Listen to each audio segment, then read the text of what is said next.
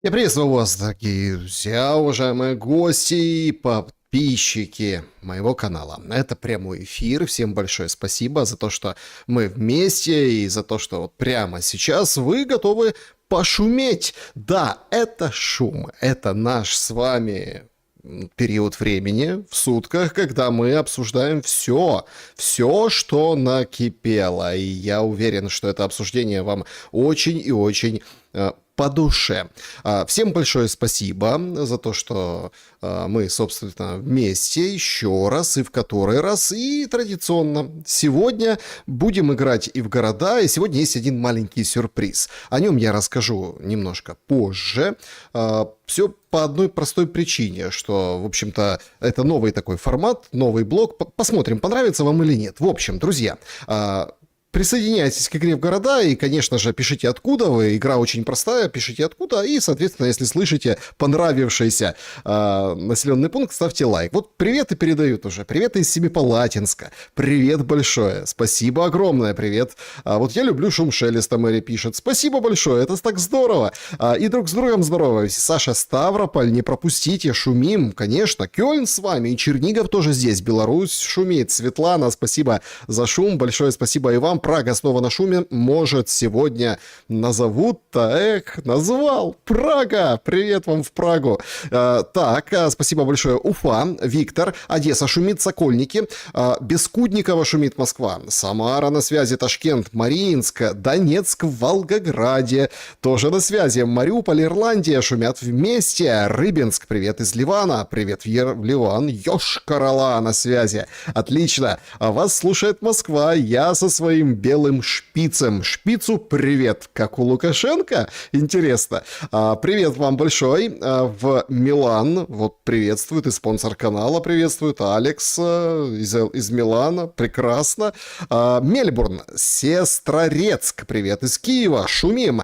Привет, Дамрат, Бату, Ташкент, Мелитополь, спасибо огромное за комплименты, Брно на связи, и Краснодар тоже. Так, на Ария с нами, Стаффорд, на связи Белореченск, Порт Катон шумит, Симферополь, привет вам большой. Вельск на связи. Друзья, наша география показывает лишь только одно, что нас много. Мы вместе обсуждаем сегодняшний прожитый день и, так, знаете, делаем это очень и очень залихватски, так что в разных уголках мира слышно шум. Давайте подключайтесь. Если смотрите в записи, то милости прошу, напишите, что вы тоже здесь, из вашего населенного пункта. Пускай видят эту географию сумасшедшую, нормальных, здравомыслящих людей, которые следят и готовы по-своему, каждый по-своему комментировать, но объединены они вот именно этим шумом, тем, который нам создают каждый день вот эти нехорошие люди. Лисичаненко на связи, Чайковский, привет, Лейпциг, да, отлично, Севастополь, Юрмала, когда-то была столицей юмора и песен, а что сейчас? Эй,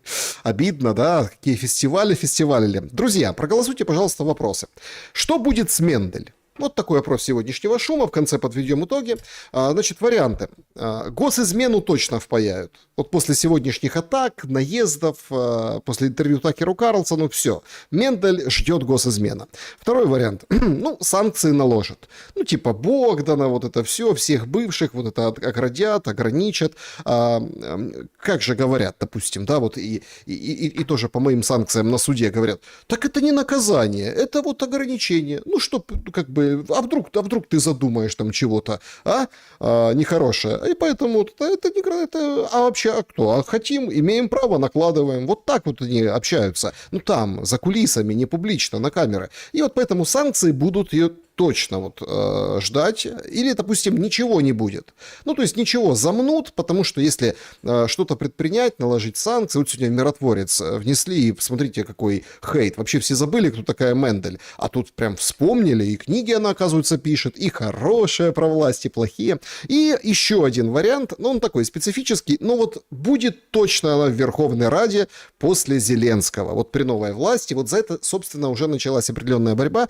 поэтому здесь здесь очень и очень нужно быть аккуратным в восприятии целеполагания тех или иных спикеров. Поэтому, во власть хочет, то есть вернуться хочет. Проголосуйте, очень интересно.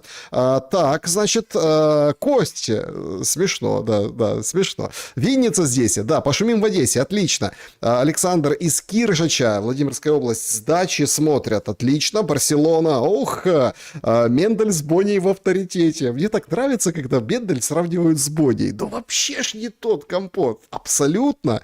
Боня просто у себя в Инстаграме записала обращение, понимаете, а тут целый Такер Карлсон с такой аудиторией, причем западной аудиторией, включился и подключился. Баку шумит, ух ты, Полтава. Саша, привет, привет из Польши. Так, добрый вечер из Италии. Казань, палата номер 6, Владикавказ. Отлично. Друзья, всем большое спасибо за то, что присоединяетесь. И начать я хотел бы наш сегодняшний шум с истинного лица и истинного проявления вообще, что и к чему все идет. Вот смотрите, сейчас идет такой достаточно такой тяжелый скандал, медийный, ужасный политический скандал. Ермак, Мендель, все это обсуждается. Чем занят Зеленский? Он занят делом. К нему прискакал карп. Но не тот, который на удочку, не тот, который, собственно, интересен в рыбалке, а тот, который палантиром заведует, директор. Именно этот карп написал потрясающие вещи о том, что все, мировой порядок, это как бы дело уже прожитое, нет равных наций, искусственный интеллект должен развиваться в военной сфере, что, собственно, чем и занимается корпорация Palantir, и вообще, то есть должно быть единое мировое правительство, в милитаризации Японии и Германии нет ничего плохого, а только хорошее, и смотрите, с каким лицом, в общем-то, его слушает карп, точнее, как карпа слушает Зеленский.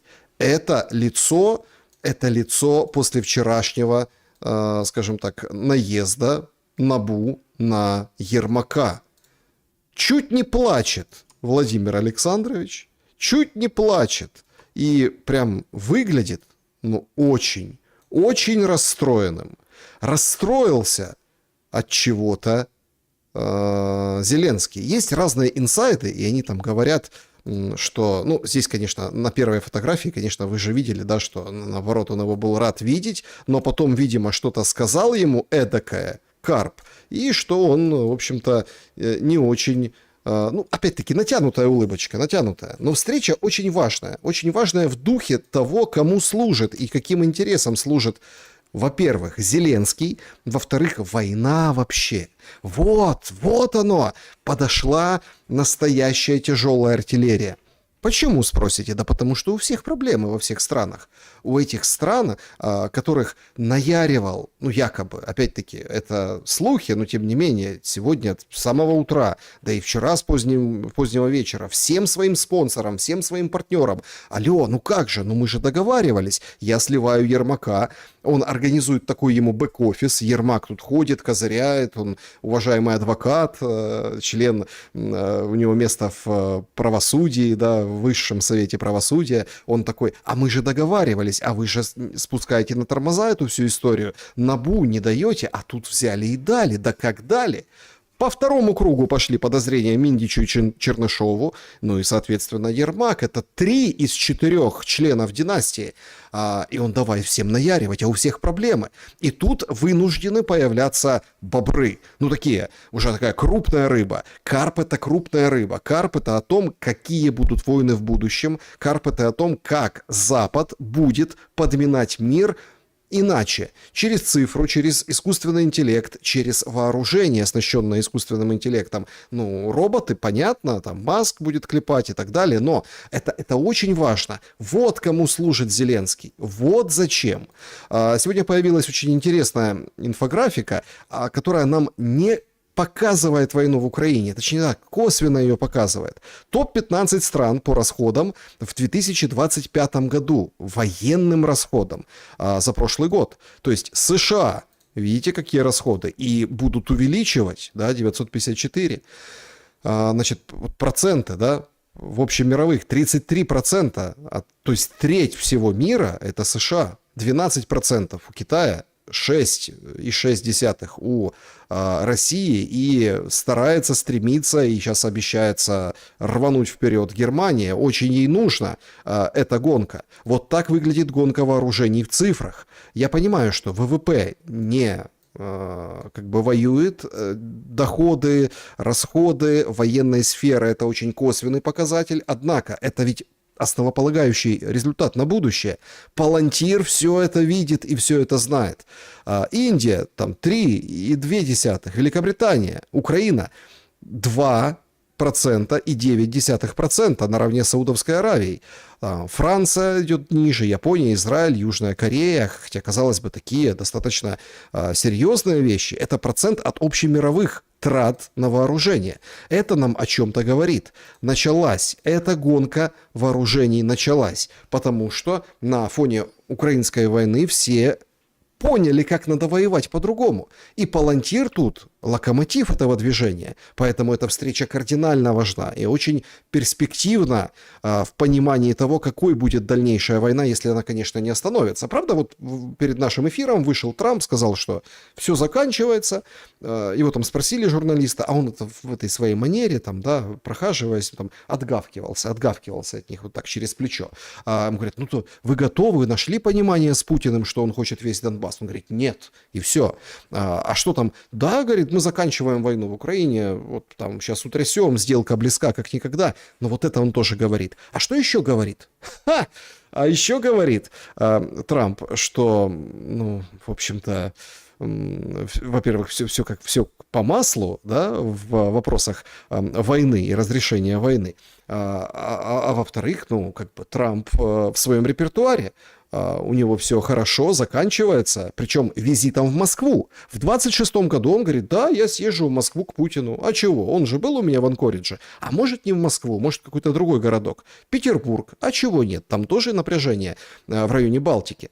В общем, напряжение растет. Сегодня дроны атаковали также Оренбург. Была атака, и вот так вот она выглядела. Это люди снимали из машины, собственно, да, и, в общем, пошел этот удар, и вот такой вот прилет. Упал на крышу жилого дома.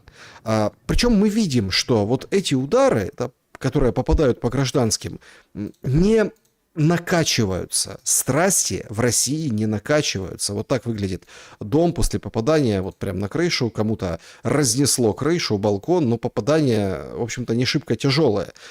Тем не менее, этим хвастался попаданием Зеленский. Вот смотрите, в стране происходит, ну, на самом-то деле, серьезное волнение. Подождите, тут Мендель говорит, что он нюхач. Ну, как говорит, люди говорят, а она сама не видела, ну, как бы, да, тут Ермак в суде, ну, как бы на фоне Менделя и Ермака Зеленский вот что выносит главное за этот день. Ох, у него, конечно, подорвано положение его, он это ощущает, настроение вообще ни к черту. Шановні українці і українки, деякі важливі речі за сьогодні. Разом з прем'єр-міністром Юлією Свериденко говорили з командувачем повітряних сил по ситуації в деяких наших містах, наших громадах поблизу фронту, про обстріли, які там майже постійно. Особливо важка ситуація в Херсоні. Росіяни влаштували там фактично сафарі проти людей. Треба значно посилити захист, більше перехоплювачів, більше засобів РЕП, більше наших екіпажів потрібні саме там, в місті. Херсон, все на Херсон, все с Дубая прям на Херсон, все туда. А где же они раньше были? Була також доповідь команди, що займається регіональною політикою, віце-прем'єр Кулеба та заступник керівника Офісу Микита. Частково вдається відповісти на виклики, які є на окупованій території Херсонщини, в Олешках, в селах області. Дуже важка ситуація саме на цій частині окупованої території. Дуже складно здійснювати евакуацію людей. Смотрите, это вообще какая-то очень интересная история и формулировка. Значит, смотрите, на оккупированных территориях, неподконтрольных, которые под Россией, сложная ситуация, и оттуда очень тяжело эвакуировать людей. Откуда? Из оккупированной территории? А это, ну, согласованные маршруты и коридоры? Нет, это было в самом начале вот этой большой войны. Как раз-таки там есть, ну, был коридор, и люди могли приехать, уехать, вернуться там как бы с перекладными. Опасно все, но, в общем-то, можно было. А о чем он сейчас? О какой эвакуации и почему там сложно? Вот почему в Олежках сложно? Да потому что война идет. А кто ее ведет? Ну, кто обстреливает Олежки? И почему там сложно? И как он оттуда, ну, как рейды бросает в ВСУ, чтобы забирали людей оттуда? Очень интересно. Это как Сырский, который сказал, що ВСУ до сих пор сохраняет присутствие в Курской области. Важливо, щоб міжнародні організації, усі, хто здатен допомогти з цим, були задіяні і були активними. Ми обговорили деталі цього процесу. Я вдячний всім, хто старається допомогти нашим партнерам, обласній владі Херсонщині, омбудсмену, команді уряду. Звісно, сьогодні були наші далекобійні санкції. Санкції проти Росії за... То есть, смотрите, это называется, ну, такой пук в муку. Это называется вот просто, ну, вот как бы вот он так вот мы обращаемся к Красному Кресту, ко всем организациям, чтобы помогли спасти, там же наши люди. Резко он вспомнил о людях. Все в момент, когда подгорает, очень резко вспоминают о людях. Ах. Удари по Україні, зокрема регіон Оренбургу, більш ніж 1500 кілометрів від України, об'єкт російської газової промисловості. Україна говорила про те, що будемо діяти дзеркально у відповідь Росії. Ми пропонували тишу. На жаль, після відносної тиші протягом 3 днів знову удари шахедів, знову авіабомби. Фронтова активність залишається також високою. Тому ми відповідаємо. І продовжуємо працювати з нашими партнерами, щоб дотиснути до дипломатії, дотиснути до миру, як би це не було складно. Мы давим. Давим как бы... Вот сложно давить, но давим. На что? На мир. И люди сразу резко в Олежках стали нужны. Вы слышали когда-нибудь вообще Олежки в контексте людей от Зеленского? Нет, но это же мы давим на мир. Я хочу подякувати сьогодні європейським нашим партнерам. Була зустріч на рівні радників з питань національної безпеки. Ми поступово просуваємо тему виробництва антибалістики в Європі. Ми формуємо антибалістичну коаліцію. Какая антибаллистическая коалиция? Ермак, скажи что-нибудь про Ермака. Скажи про династию, скажи про там землю, скажи про Чернышова, кума Ермака. Фотографии уже там опубликованы, что не кумовья. Ну вот где? Вот уже заканчивается обращение. Це зробити. І зараз ми ближче до результату, ніж будь-коли. В сьогоднішній зустрічі країн по антибалістиці були представлені 13 країн і Офіс Генерального секретаря НАТО. Важлива, дуже важлива ініціатива. Загалом зараз українські позиції на фронті та у наших далекобійних санкціях та у спільних результатах з партнерами найвищі за роки.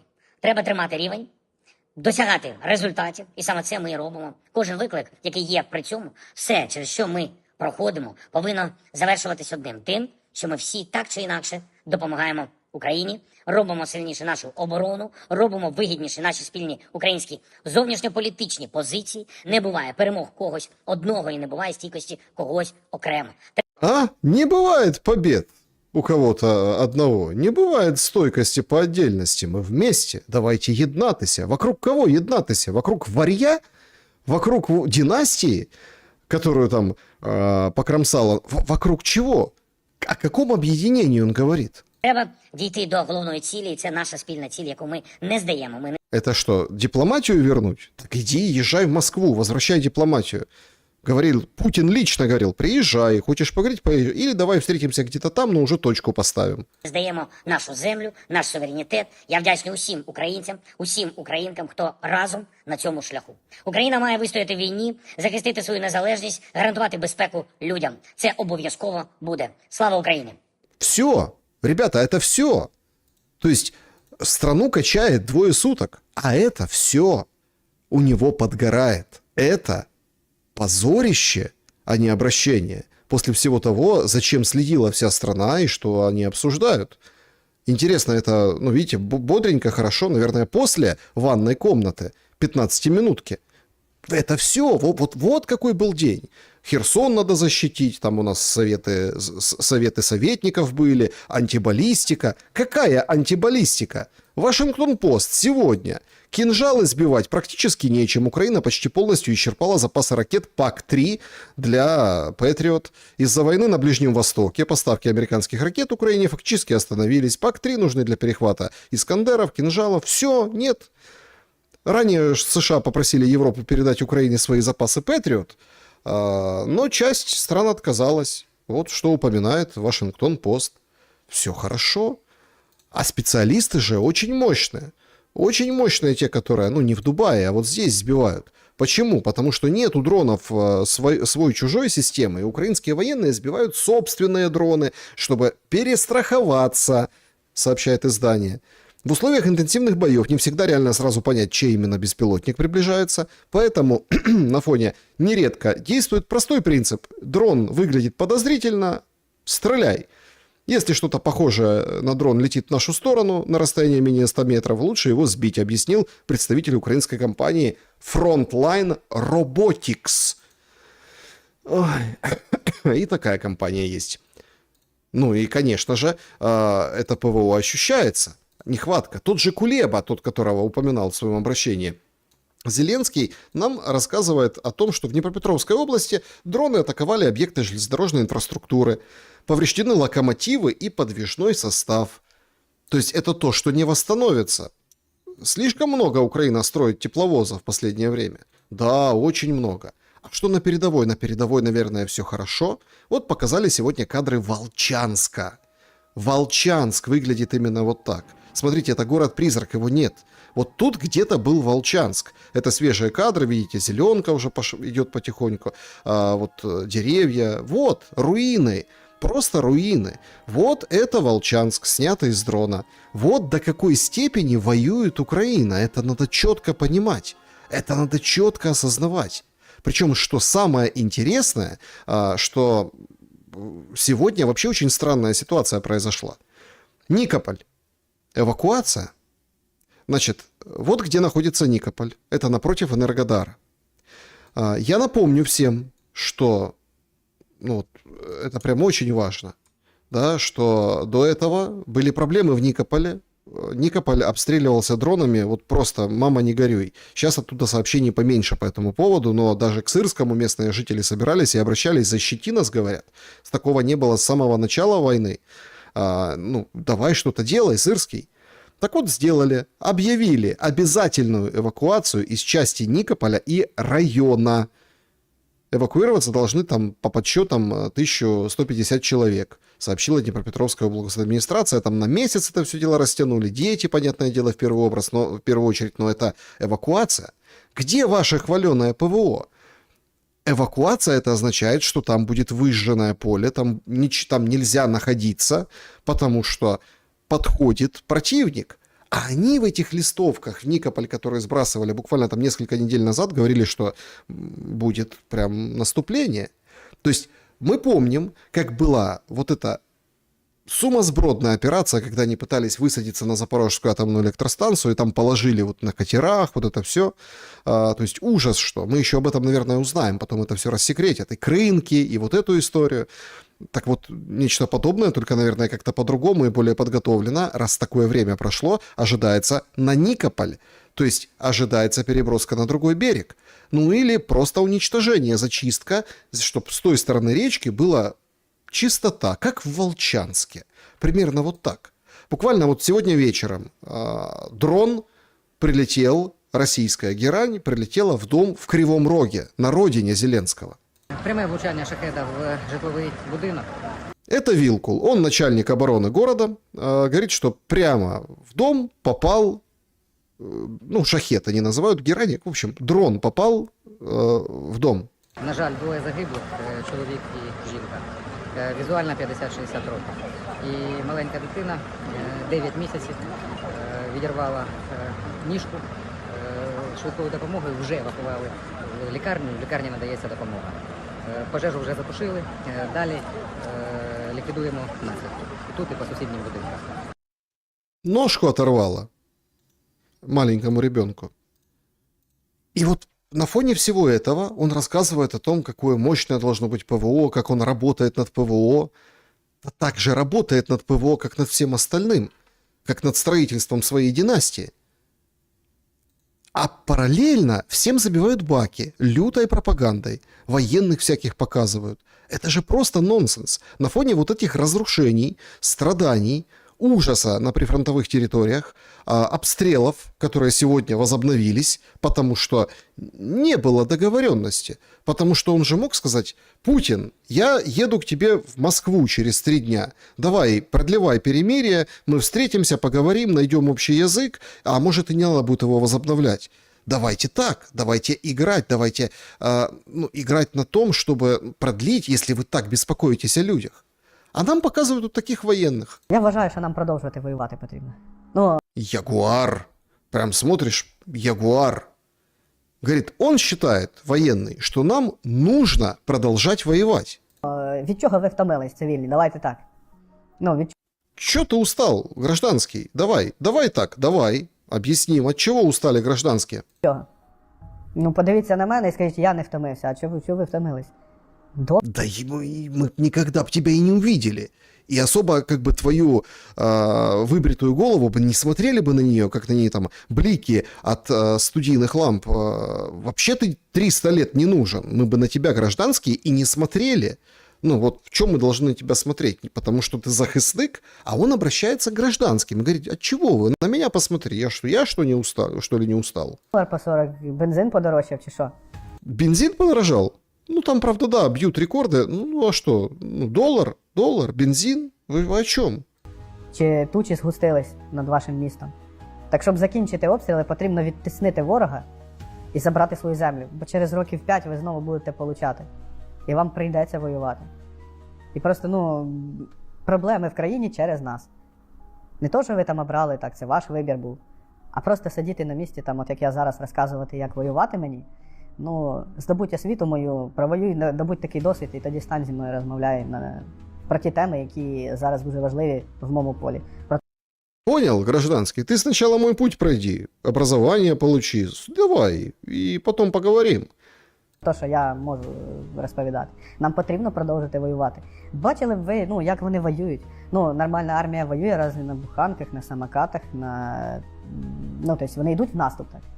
Інтенсивність обстрілів на нашому напрямку зменшилась. Наприкінці грудня, я там ще був, обстрілів значно зменшилось.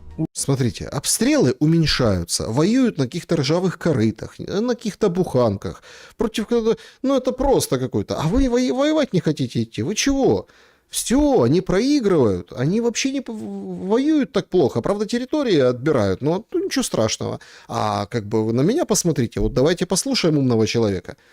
Обстріли уменьшились. Інтенсивність боєкомплекту значно зменшилась. Вони просто десь більше, там от на Курському напрямку, вони більше використовують війська. Але їх для це, вони можуть точечно це робити. Вони можуть проривати тільки там, до прикладу. Але по всій лінії фронту нема такого, що вони постійно там лупять. Інтенсивність зменшилась. А нам просто потрібні люди, нам потрібні... Зачем вам люди, раз интенсивность уменьшилась? Хватает же всего. Смотрите, какие непонятные там у них. А от чего вы? Правда. А зачем люди нужны? Чтобы освобождать территорию, отодвигать противника. А шахет сколько летит километров? Вы на все расстояние полета туда, куда? До Уральских гор? Боєкомплект, нам не потрібні саботаж і прочі справи в наших, як це було з мінами, коли нам міни браковані приходили. Це контроль. Это воровство. Это не контроль. Это воровство. Это Миндичи. Это Умеров на позиции министра обороны. Это вот оно. Это не контроль. Это контроль. Критичне мислення, за яке ви маєте не забувати. Тобто, коли вам пишуть в Телеграмі, не хочеш подзаработати денег, нужно просто сжечь автомобіль, там, ми тебе дадим денег і так далі. Тобто, подумай, хто це тобі пише і які наслідки будуть за це. Подумай, гражданский, все нормально. Они вообще там еле воюют. Или Сибигу вот послушай. Украина удерживает позиции, у нас есть карты, Российские живые силы больше не являются их преимуществом благодаря украинским дронам в воздухе и на воде, и на суше. Украинские беспилотные технологии – это фактор, который меняет правила игры и дает нам преимущество. Представляете? У Сибики тоже есть куча карт. Кто эту тему с картами вел? Да, конечно же, он, Трамп. Трамп сам вообще дронов боится. Я выигрывал много гонок с этой песней. Ой, Но если там был дрон, сейчас они бывают самых разных размеров, и они могут быть очень разрушительными, как вы, наверное, слышали. да, очень разрушительные могут быть дроны, и сам испугался, а он птицу увидел, подумал, что это дрон. У него вообще все хорошо у Трампа. У него вот радость полная перед поездкой в Китай, хвастается он рекордным бумом на фондовом рынке. Трамп опубликовал на своей страничке True Social график биржевого индекса S&P 500, и там 7300 пунктов, ничего себе. Значит, совокупная стоимость акций крупнейших компаний США – это рекордное значение для индекса, и поэтому акции растут, классно все, а вы тут на него наезжаете. Правда, американцы не очень довольны, они как бы немножко страдают из-за роста цен на бензин. Доля американцев, ощутивших негативное воздействие на их благосостояние из-за роста цен на топливо в мае, выросла до 63%, а в апреле было 55%. То есть 63, 55 растут недовольны. Это Reuters и Ipsos провели этот опрос. Но у Трампа все нормально. Вопросы, конечно, задают в Америке, это не Украина, вопросы задают резкие. Вот Марджори Тейлор Грин, которая поддерживала Трампа, а потом как бы ушла с демаршем. Вообще по поводу Ирана задаются вопросом, а где вообще спасенные пилоты? Помните, мы тоже в эфире задавали вопрос, а где эти пилоты, которых вы так героически спасли? Где они? Что о них известно? Ну, покажите их. Публикуют эту картинку, бывшая конгрессвумен, и не находит ответа на свой вопрос. А Трамп ей, ну не ей, а всем, да, на вот эти запросы отвечает своими запросами. И вот какие он публикации публикует у себя. Смотрите, как ему весело и хорошо и прекрасно. То на 100-долларовой купюре себя разместит, то вот демократов обгадит, понимаете? Вот это я понимаю. У Трампа вообще все прекрасно. Очень интересный сегодня такой, как бы напоминание такой, да, напоминание, очень интересный эпизод. Значит, $60 миллионов отдали 500 000 человек по предзаказу телефона Трампа. Но его так и не получили.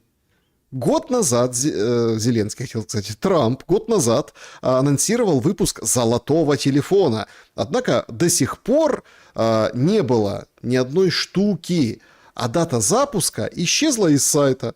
В обновленных условиях Trump Mobile теперь указано, депозит не гарантирует, что телефон вообще когда-нибудь сделают, вам и доставят. Вот вся политика Трампа. Как его криптовалюта, как и все остальное. По Ирану ВОЗ и ныне там. Иран говорит, мы ничего отказываться не будем. По состоянию на 12 мая, то есть на сегодняшний день, когда мы с вами в прямом эфире, вот показывают нам размещение авианосцев синеньким, голубеньким, видите? Там вот парочка, тут. Вот так вот выглядят авианосцы.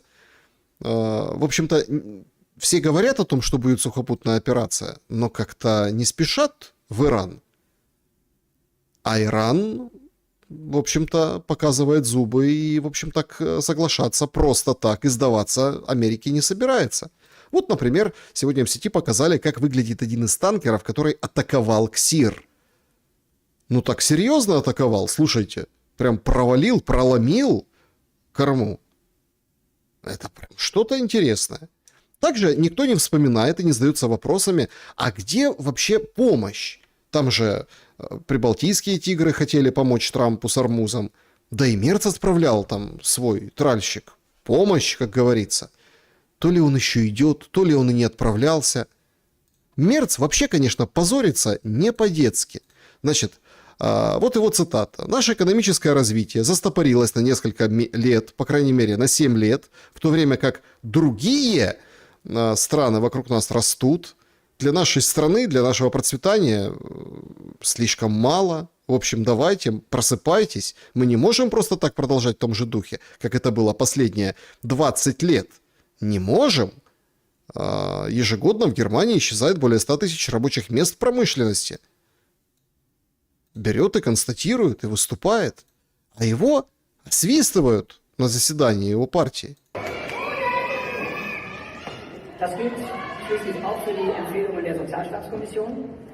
Вот. И причем он там о многом, это программная как бы речь, и народ вообще недоволен. Вот он о пенсиях рассуждает. Наконец, самым трудным вопросом, безусловно, станет реформа государственной пенсионной системы. Созданная экспертная комиссия через несколько недель представит свои предложения. Летом мы и здесь примем необходимые политические решения. Дамы и господа, все это не злой умысел с моей стороны или со стороны федерального правительства. Все поняли, что это не злой умысел. Пенсии на святое покусился. Представляете?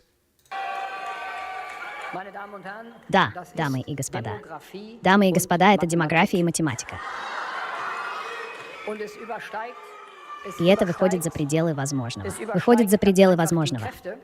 Это просто превышает силы двух плательщиков взносов, если в будущем они должны будут финансировать одного пенсионера. И поэтому мы должны укреплять две накопительные опоры пенсионного обеспечения. Да, будем укреплять 2 дополнительные опоры пенсионного обеспечения. Это нокаут, это позорище. А он стоит на голубом глазу, понимаете? А ему нечем хвастаться, у него провал. Ровно такой же, как у Германии провал, такой же, а может даже и круче, в Великобритании. Я вам вчера показывал результаты выборов местных, и там проблемы в Шотландии, о них тоже говорят, что там националисты выиграли, и поэтому они будут отделяться, сколотят коалицию, и привет. Так вот, 2 министра, уже 2 министра на выход от Стармера. Значит, министр по защите детей Великобритании Джесс Филлипс, а также министр по делам жертв преступлений Алекс Дэвид Джонс говорят «аривидерчи» и уходят из правительства Стармера. Демарш 8 это означает все, перезагрузка, говорят о министре обороны. А чем Стармер занят? А он хочет быть сердцем Европы. Итак, следующий саммит Европейского Союза задаст для Британии новый курс. Предыдущее правительство запомнилось тем, что разорвало наши отношения с Европой. А это лейбористское правительство будет определяться тем, что восстановит наши отношения с Европой и снова ставит Британию в центр Европы. Так мы станем сильнее в этом парламенте, сильнее в пятницу, сильнее в этом столетии. Главным образом потому, что будем стоять плечом к плечу со странами, которые больше всего разделяют наши интересы, наши ценности и наших врагов. Это правильный выбор для Британии. Это выбор лейбористов. Вот такой выбор. Они окучивают, они видят, что как бы это как песок сквозь пальцы у них все сыпется. С кем они хотят? С финнами, которые выходит в ступ и говорит, надо говорить с Россией. Врагов оценивают. Врагов, говорит. Вот, пожалуйста, продажи новых домов в Финляндии. После того, как остановили продажу недвижимости, вы не поверите, россиянам в Финляндии рухнули продажи в 10 раз. С января по апрель ежемесячно продавалось менее 90 квартир на всю страну. Таких низких показателей раньше никогда не было. Вот где сила, вот где союзники. Новый член НАТО, между прочим. Вот где разделяют врагов. Или нет? На это все должны как бы новые союзники прильнуть. Вот интересный как бы эпизод. Спикер парламента Армении, где недавно прошел знаковый саммит, где они все льнули, всей Европой, и Стармер подписал бумагу, и все так, в общем, политические прения там развели, откуда Зеленский грозил параду. Вот с ним пообщался журналист Deutsche Welle, россиянин, кстати. Значит, и они, знаете, о чем беседуют? А что это вы, а как вы вообще с Зеленским разговаривали, когда он приезжал? Вы встречали президента Зеленского? Да. На каком языке вы с ним говорили? На английском. На английском. Да. Когда премьер-министр Пашинян говорил с Зеленским по-английски, это вызвало там бурю негодования в Москве. А зря. Почему? Почему зря? Что бы вы ему сказали? Потому что это ничего не определяет. А почему я должен был в аэропорту разговаривать с ним на русском языке, зная, что его страна воюет с Россией, и вот каждый день умирают дети люди, мужчины, женщины, я должен был его заставлять разговаривать на английском, на русском языке. Я же знаю, что ему неприятно. Почему я встать в неловкое положение и ждать, пока он попросит меня разговаривать на английском? Зачем мне это делать? Какой-то вроде ж такой видный мужчина при должности, спикер целый. А вот так отвечать. Напишите в комментариях, как вам? А что это он должен? У него такая травма, а я должен там по-русски с ним? Нет, по-английски общаемся. По-английски. British English. Не American, British.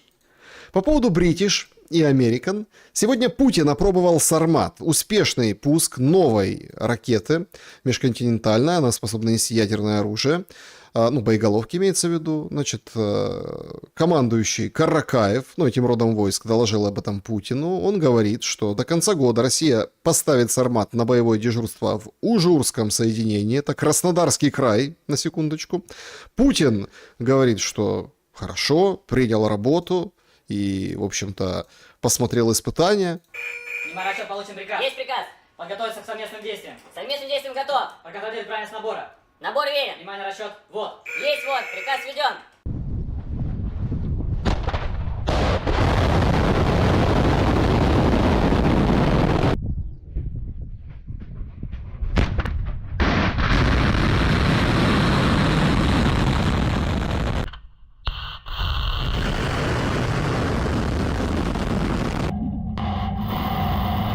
Это с разных ракурсов, видите, то есть полетел Сармат. А что вообще из себя он представляет?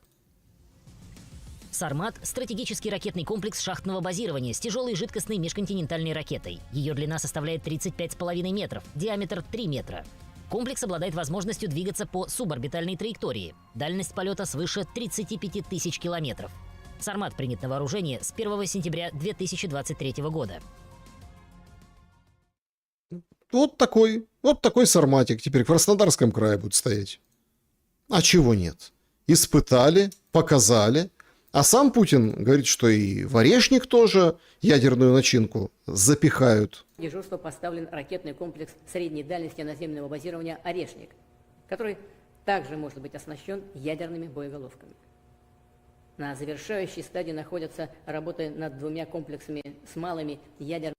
То есть это четкий сигнал вот этим друзьям, друзьям Стармера, которым он хочет быть их сердцем, что вот смотрите, будет в Краснодарском крае межконтинентальная ракета, и Орешник будет с ядерной начинкой. Это конкретный сигнал, что лучше давайте договоримся по Украине. Ну и, конечно, оборона. Щит и меч. Вечное противостояние. Сегодня показали в разных пабликах российских, что опоры Крымского моста, возле них, так сказать, рядышком, возводят вышки для ПВО. То есть все серьезно. Если эти вышки возводят, значит, видимо, конфликт в Украине, может затянуться достаточно надолго. Да и Лукашенко сегодня к войне готовился опять. Дальше, как я обещал, точечно мы будем отмобилизовывать части вооруженной силы для того, чтобы готовить их к войне. Дай бог, чтобы ее удалось избежать. Мы же к войне готовимся все. То есть хочешь мира, готовься к войне. Это четко все усвоили. И давайте честно. Давайте честно. То есть на эти рельсы мир становится. Но вопрос, пускай он становится, пускай он там где-то в других регионах эта напряженность какая-то возникает, но давайте этот очаг давайте загасим. Ну а как его загасить, если на нем так хорошо зарабатывать? Ермакам разным деньги мыть. Вот, пожалуйста,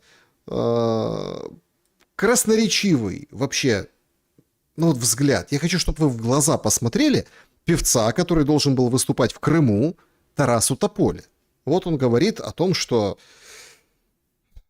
его спрашивают про Ермака, пленки Миннича. Это такое, это старенькое. Вот еще та серія. Цього всього скандалу Міндічгейту і його звільнення Перепрошую, якого скандалу Міндічгейту? Де підозри, Андрій Борисович? Давай так, в нього є політична... Де підозри? Підозри немає, але є політичні звільнення. Будуть підозри. Смотрите, будут підозри. Смотрите, вот оно, вот она, хитрожопая сущность украинцев, понимаете? Будут подозрения, значит, потом поговорим. Будуть судові вироки, тоді можемо казати, що Андрій Єрмак, я можу для себе сказати, я юрист. Ой, он юрист! Мать его так! Слушайте, он тоже юрист! Слушайте, страна юристов! Андрій Єрмак замішаний в цій справі. Ну, понятно, да? То есть, вот вам підозри. И підозру действительно вручили. И на суд сегодня водили Ермака. Водили, и почему? Потому что провели уникальную на самом деле операцию. НАБУ и САП вышли с брифингом. Повідомили про підозру колишньому керівнику Офісу Президента. Операція унікальна. Нами був розроблений відповідний механізм, яким чином зберегти всі розслідування в конфіденційності і навіть у випадку витоку інформації з будь-якого напрямку розслідування, щоб ми могли продовжувати інші напрямки. Тому операція складалася з не одного, не двох і навіть не трьох напрямків розслідування. Всі ці напрямки здійснювалися різними головними підрозділами детективів. Тому жоден з керівників головного підрозділу, наприклад, не знав всю операцію, всі її складові і в яких напрямках рухаються інші підрозділи. Це було відомо лише мені, безпосередньо від директору бюро. У нас була така домовленість, що якщо витік відбудеться по всій операції, то це або ти, або я. Да? Ну, тобто не було можливості переадресовувати нікого іншого. Вот как делаются операции. Разные группы, каждый делает по своим, ну, как бы такой Тришкин кафтан, но кафтан, сама форма, ну, на начальнике. Или ты, или я, два человека знали, имели и обладают общей информацией. Ну, понятное дело, что один и второй, и этому их научили. Ну, там. Это все-таки фото дня. Ермак в полицейской машине, в наручниках, пишут, в наручниках, ну, такой протокол, посадили некогда хозяина Украины, главного по Украине, решалу. Помните шутку, что Зеленский работает в офисе у Ермака? Привезли в офис антикоррупционного бюро в полицейской машине. Так надо. Ну, такие правила. Он же кто? Подозреваемый в преступлении. На суд явился Ермак. Почему-то со сбитыми кулаками. Видимо, после вчерашнего там созвона и нарочитого хождения туда-сюда, возле Дворца спорта на фоне слова «касса», он, видимо, всю ночь месил стены, груши. В общем, видно, что ему это все очень и очень не нравилось. А что тут может понравиться? Дело Ермака занимает 16 томов, по 250 страниц каждый, 4000 страниц. 72 часа дается суду на то, чтобы, в общем-то, принять какое-то решение. Прокуратура просит 180 миллионов, специализированная антикоррупционная, и, понятное дело, СИЗО или 180 миллионов залога. Ермак говорит, я беден, у меня одна машина, одна квартира, вообще никаких домов нет, ничего нет. Те говорят, ты очень влиятельный человек, ты можешь дриснуть за кордон, за границу умотать. А он говорит, нет, я не могу. Вы что? Какая за граница? Я остаюсь здесь. Я самодостатня людина, я точно знаю, що я робив, чого я не робив, для того, щоб чесно дивитися будь-кому в очі, залишатися в країні. Да, оставаться в стране. Вообще тема о том, что я останусь в стране, это вот, ну, простите, давайте честно, она вот сегодня весь суд. Почему? Потому что основной и самый главный, я так считаю, основной и самый главный посыл, чтобы его, ну, в общем-то, не отправили в СИЗО. Вот как он оправдывался на суде. По-друге, я заперечую всі звинувачення. І також хотів би зазначити, що починаючи з 5-го ранку, 24 лютого 22 року, я практично постійно знаходився і жив в офісі. Порахуйте, який цей час, саме про той час, про який сьогодні говорили представники обвинувачення. Єдине, куди я виїжджав, ви розумієте, що в цей час, яка була ситуація. И все вот это бьют. А какая же была ситуация в то время? Вы понимаете, в то время они строили, они начали вот это, они начали раньше, а вот активизировалось это строительство во время вот этого тяжелого периода, очень тяжелого периода. А он никуда не ездил, он был все время в стране, он жил в офисе президента вместе с Зеленским, жил там прям, жил не тужил, представляете? Спали они, помните эти материалы? Спали вместе. А единственное, куда ездил, на фронт. Це був фронт, туди я їздив разом з президентом, а також відрядження, теж ви пам'ятаєте, я думаю, які вони були перші, і до Сполучених Штатів, і до інших країн і так далі. Тобто, мені здається, що це дуже важливо про це пам'ятати. Це був мій свідомий вибір, як і президента, як і мільйонів українців. Вот он на что бьет, на жалость. Говорит, я на фронт ездил, я на фронте работал, а вот выкатил какую замечательную, скажем так, оправдательную депешу на своем телеграм-канале, где только такой пиар какой-то непонятный. Значит, первое судебное заседание, в рамках которой мне сообщили о том, что подозрение.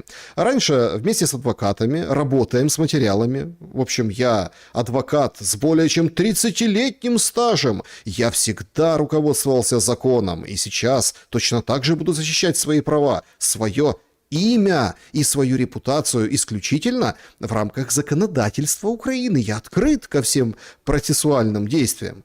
Одновременно считаю необходимым обратить внимание на очевидное. Значит, последние месяцы беспрецедентное публичное давление было на правоохранительные органы. Кто давил, кому давил? Уверен, говорит, что следствие должно быть независимым от политических заявлений. Остаюсь в Украине. Опять подчеркивает, что он в Украине остается. То есть он не бежит, он героический. Жанна Дарк, блин. Жанна Дарк. Ну а как вы хотели? Потужный же менеджер. Вот как люди шутят в сети про него. Єрмак – потужний менеджер, один із дуже потужних менеджерів в моїй команді. Я його поважаю за результат. Він робить те, що говорю йому я. І він виконує ці завдання. Ну, были такие слова Зеленского? Были. То, что я говорю, то он и делает. Это говорил Зеленский. Ну, а визуал понятно какой. Особый цинизм всего происходящего вокруг этой династии, и где ему там отмывали деньги, ну, где инкриминируют, в общем, подозрения и Миндича, у Чернышова, у него, это, конечно, жесть. Вот один из политических экспертов, Виктор Таран, говорит, это трэш. Официально на суде физические лица на самосвале «Мерседес» при помощи экскаваторов разрыли песчаный холм на территории кладбища в городе Украинка, и координаты там есть. 726 кубических метров могильного песка они завозили на строительную площадку. Интересно, знал об этом Ермак, который занимался оккультизмом? Да, конечно, знал. Да, конечно, знал. Они строили династию на могильном песке. Вы понимаете? Но понятно, что Зеленский в официальных действиях он не фигурирует. Об этом на брифинге говорят на БУИСАП. Сказати, що президент України не фігурував і не фігурує в межах досудового розслідування. Це перше. Інші слідчі версії щодо належності іншого майна перевіряються в межах досудового розслідування. Досудове розслідування триває. Друге, я не можу... Да, вот так. И говорят, мы не можем. Но в то же время в этом брифинге на БУИСАП прозвучала такая крамола, которая, наверное, толкает всех на определенное размышление. А в какой стране мы живем?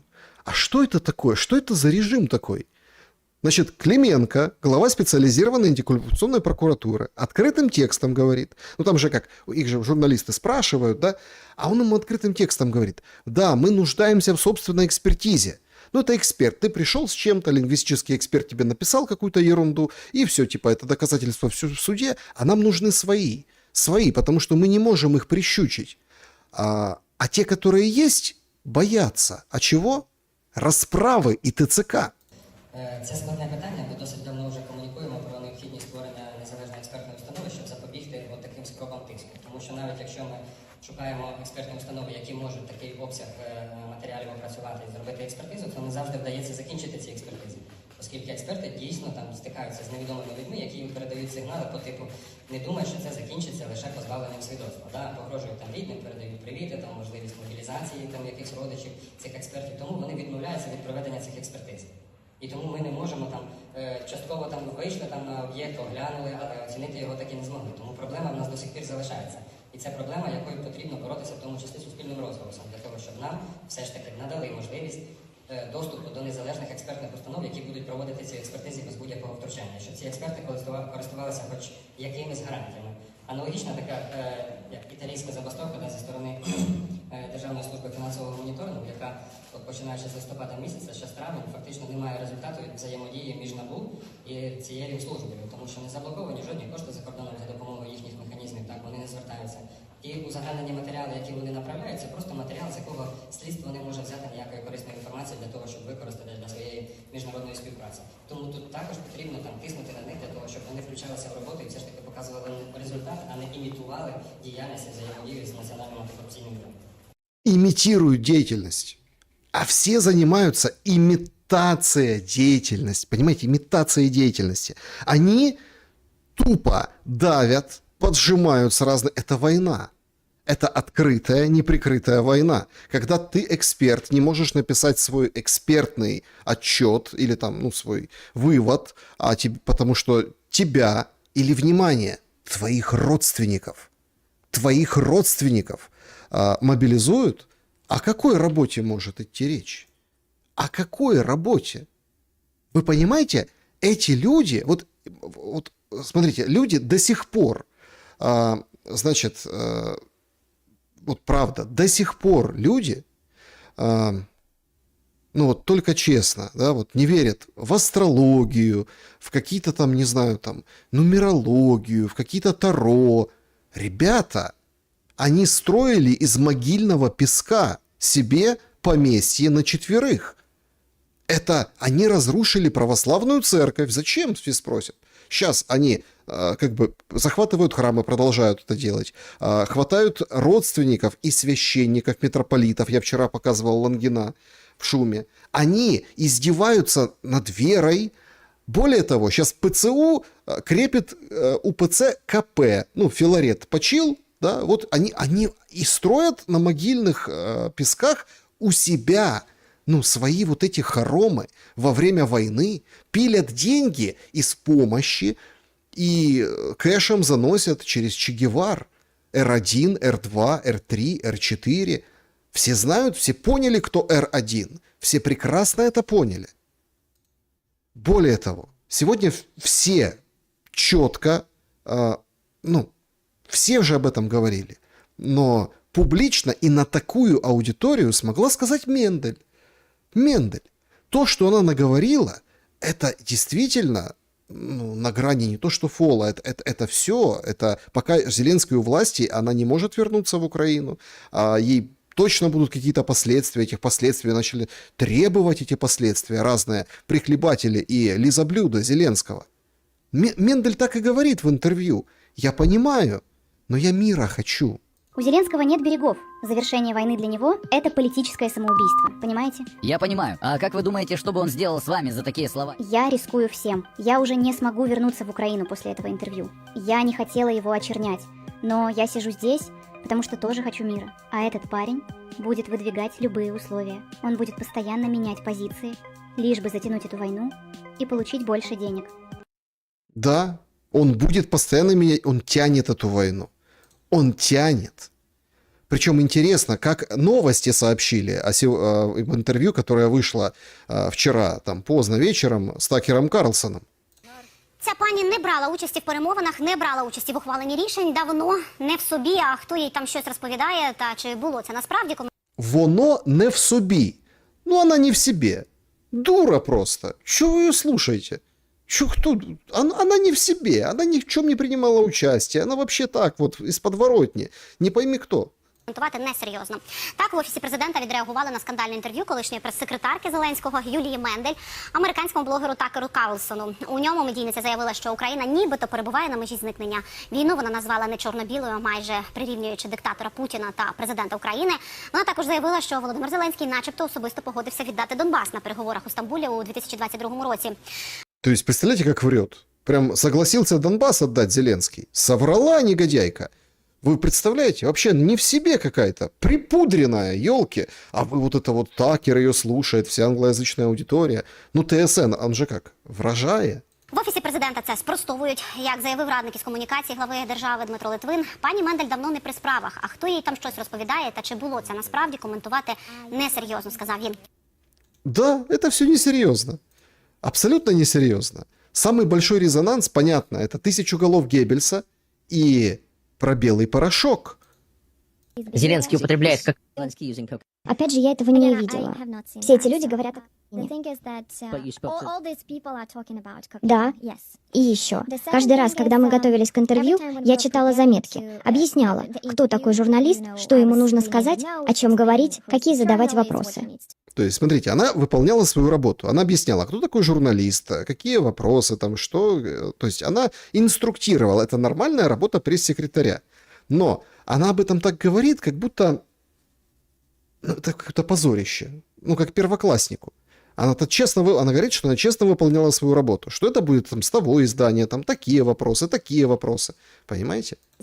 Вы его инструктировали. Потом он идет в туалет, проводит там 15 минут и выходит взбудораженный, полный энергии, готовый действовать, готовый говорить что угодно. Принюхивается. Принюхивается. Конечно, ее предали обструкции. Занесли на миротворец сегодня сразу же. И полетели комментарии. Золкин. Все, что говорила Мендель в ее интервью Карлсону, она только писала в своих постах. Отрицание российской агрессии черным по белому. Если не госизмена, тогда что это? Где подозрения, где санкции? Нет, наша лояльность к внутренним врагам – это наша самая большая слабость в этой войне. Это уязвимое место, рэперная точка, как хотите называйте. Ну, рэперная точка, уязвимое место, это, конечно, трындец. Но сразу видно тоже образование Золкина, да, для него это одно и то же. Ну, понабирали по объявлению пропагандистов себе. Но, значит, как бы, ну вот подпевание вражеской пропаганде через гнит нам может очень дорого обойтись. Подпевание вражеской пропаганде через гнид. Золкин назвал Такера Карлсона гнидой, представляете? Вот другие товарищи. Пример эффекта Даунинга Крюгера, Мендель. Самый тупой человек, который называет себя журналисткой из всех, с кем мне приходилось работать на телевидении за 20 лет. А сейчас еще откровенно, если не работает, то подогревает, подыгрывает Российской Федерации. Ну, он говорит, рашки. Это так модно у них сейчас. Не могу сказать правду, говорит Мендель. Правду или нет, но был, как бы, присутствовал. Но сами нарративы, которые после этого интервью зашли в голову, западной аудитории очень похожи на то, что годами продвигает российская пропаганда. И где-то в кабинете ФСБ по итогам этого интервью точно поставили оценку «отлично». Ну, то есть российский агент. Или похоже на... Ну вот Путин с маленькой буквы, заметьте, уже Зеленский пишет с большой, а вот эти товарищи пишут еще с маленькой. Похоже, Путин достал последний козырь из рукава. НАБУ. В момент, когда на фронте перелом. Какой перелом? Ну, перелом какой-то. В общем, в момент, когда перелом, нужно использовать коррупционный скандал, чтобы так или иначе принудить к проведению выборов или отодвинуть, убрать высшее руководство государства и провести выборы. Представляете, Путин так выборов хочет, что Мендель вытащил. Путин вытащил Мендель. Конкретно Путин, конкретно Мендель.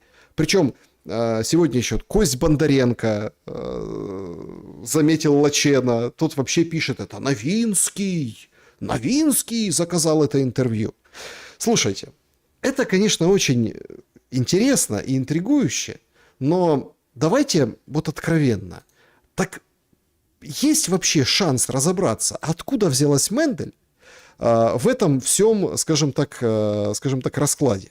У нас сегодня такой небольшой сюрприз, творческий и технический эксперимент. Вы очень долго ждали, он долго не выходил в эфире, потом появился. Эксперта с целым вагоном и маленькой тележкой инсайдов на тему американской политики. И действительно ли это американцы, собственно, и как появилась Мендель. Его тоже, кстати, некоторые обвиняли в том, что это он приложил руку к этому, хотя сейчас об этом поговорим. В общем, прямое включение в шум. Андрей Тележенко сейчас на связи. Андрей, приветствую вас. Приветствую, Александр, приветствую зрителей. Как всегда, приятно быть у вас в гостях. Да, спасибо большое, что подключаетесь к шуму, потому что, знаете, давайте вот откровенно. Без шума никак. Шума очень много вокруг Мендель. Как вы думаете, кто стоит за появлением ее у Такера Карлсона и за тем, что она сказала? Есть версия, что она, давайте откровенно, она записала это интервью достаточно давно, а выпустили ее только сейчас у Такера. Это вот, что вы об этом знаете. И кто стоит за этим появлением и проявлением? Даже оппозиционные, разные паблики, разные там лидеры мнений говорят, что Такер, он не гнушается, он берет деньги за интервью, поэтому вполне себе кто-то, может быть, из Украины, о чудо, мог купить это интервью. Именно вот такое интервью у Такера Карлсона. Могу точно сказать, что Такер Карлсон денег не берет за интервью. Он достаточно богатый человек, и не только лично, и семья у него не бедная. И это все знают, его политику, как он работает. К нему попасть это через контакты, через связи. Да, может, какая-то была прослойка, кто-то где-то как среднее звено и поучаствовал в этом за финансовую выгоду. Лично Такер Карлсон в этом процессе, знаешь, он не берет участие. Он довольно интересно подбирает своих гостей. Это раз. Два. Тут и меня, как говорится, приписывали тоже или приписывают. Я уже читаю, что решил это прокомментировать, потому что с этой точки зрения, что Мендель и меня лоббировал, и я ее лоббировал. Там Игорь Новиков вылез, бывший советник Зеленского, миньон этого режима, такой был в свое время. С американцами вел переговоры, с Ермаком, тогда по расследованию Хантера Байдена и тому подобное. И вылез, сказал, что вот у него переписка, что Мендель лоббировала Тележенко еще в 2019 году, бог знает когда, это еще вспомнили бабу Параску, вытащили в этом направлении. И, давайте публикуйте все материалы. Я только за. Вот человек молчит, дальше ничего не публикует, значит, ничего нету. Но сам факт, что не могут понять, откуда что идет, кто в этом замешанный. Тут есть два фактора. Я думаю, как и украинский фактор, так и частично есть интерес американский. Мендель в последнее время живет в США. Как она говорит, что она в 24 году выехала из Украины. Может, она и была на Украине, но она долгое время уже живет в Соединенных Штатах Америки, после того, как она была уволена с должности пресс-секретаря, потом работала советником Ермака еще какое-то время. И только после этого она уже официально ушла с этой должности где-то пару лет назад. Но сам факт, что она живет в США, выпускает свои книги в США, работает на аналитические центры в Соединенных Штатах Америки, либеральные, могу сказать это прямо, не консервативные, как раз демократически либеральные, те, кто финансирует Зеленского. Так что мы можем понять, откуда ноги вот тут уже начинают расти. Да, есть интерес украинского олигархата и бизнес-элит, чтобы отодвинуть Зеленского, использовать Мендель как официальное лицо, которое видело те или иные вещи. Она не все видела. Как мы можем понять ее интервью, она видела большую часть, но не все. Но она может как официальное лицо подтвердить, будучи на должности, что происходило. Вот почему это есть резонанс. Потому что многие вещи мы с вами обсуждали. Про то же кокаин. Мы еще пару лет назад с вами говорили, как Ермак помогает, приносит Зеленскому белый порошочек и вывозит его с передозировок и тому подобное. Так что вот эти все процессы, все про это уже давно говорили. Но на официальном уровне, как таком, Юлия Мендель сказала это первый раз. Еще смотрите, я хотел бы уточнить этот момент. Это ведь многие пришли к выводу, что это рассчитано на западную аудиторию. И вообще все интервью очень интересное, простроенное, но как бы не апеллировало к украинцам. И даже некоторые говорят, ну, это какая-то штанга, чтобы там условно макнуть Зеленского, да, нужно было как-то вот к украинским каким-то вопросам. Хотя в интервью говорилось и про ТЦК, и про многие проблемы. Но давайте так. Как Запад, по вашему мнению, воспримет вот это все, что рассказала Мендель? Ну, могу прямо сказать, что ориентировано, да, было на Запад, но не полностью подготовлено интервью, как для западной аудитории. Очень много белых пятен, которые как бы только украинцы понимают, что происходит, или там постсоветское пространство, что реально там про что Юлия говорила в тех или иных моментах, там же Такер Карлсон, 95-й квартал, только под конец понял, про что это идет речь. А так как бы это он не понимал. Так что тут вопрос профессионализму Юлии, и как ее видно, что она не от себя, но не от себя это подала, что это было ей как бы предложено тем или иным. Я знаю, кто, возможно, в этом брал участие, просто не хочу пока назвать фамилии с американской стороны, чтобы не подставлять. Давайте пошумим. Ну, можно пошуметь, но это люди, которые живут в США, имеют происхождение с Украины, и которые близко связаны с консервативными сейчас партиями в США, снимают, возможно, какие-то фильмы, сюжеты и тому подобное. Вот так вот, я фамилии не хочу называть. Это, вот, возможно, кто в этом принимал участие. Но Юлия Мендель сама продукт либеральных медиа. Вот почему у нее такая вот позиция, которую она показала, почему она не рассказала правду про те же самые военные действия на Украине, которые происходили вот последние там еще лет с 2014 года на Донбассе. Она это подала, как что это Россия и тому подобное вмешивалась. Это ее позиция лично, я знаю ее. Мы с Юлей знакомы в 2018-2019 году еще были, когда она была переводчиком для New York Times и работала там, писала, помогала писать статьи именно как раз для New York Times. Так мы и познакомились с ней. Она помогала переводить для Павла Фукса интервью с Кен Вогелем. Вот это вот так вот мы, как говорится, первый раз лично я тет-а-тет с ней начал общаться. Обменялись, как говорится, мы контактами. А так она очень либеральных взглядов, феминистических взглядов. Она не консерватор, это точно могу сказать. Так что тут, если использовать кто-то там, какая-то Россия, как кто-то там может сказать, или еще чему подобное, это полный бред. Ее, кто мог как бы взять в разработку, в работу, это как и демократы, так и республиканцы, которые заинтересованы в смещении власти на Украине, и которые под давлением, лоббированием интересов из некоторых элит на Украине, которые сейчас не в Украине, а в Европе находятся, бизнес-элита, которые в свое время работали на Украине, но Зеленский их выжил, и продвинули вот этот продукт, как Юлия Мендель, которая рассказала тот фактор информации, который она как бы подала для Запада той же самой аудитории. Это раз. Так что тут это надо так воспринимать. И потому что если бы она это сделала сама, может быть, она сказала это раньше.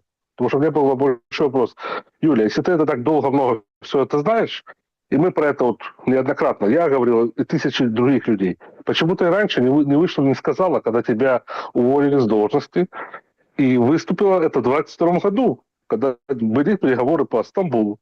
Тогда действительно надо было твой голос, чтобы сказать правду.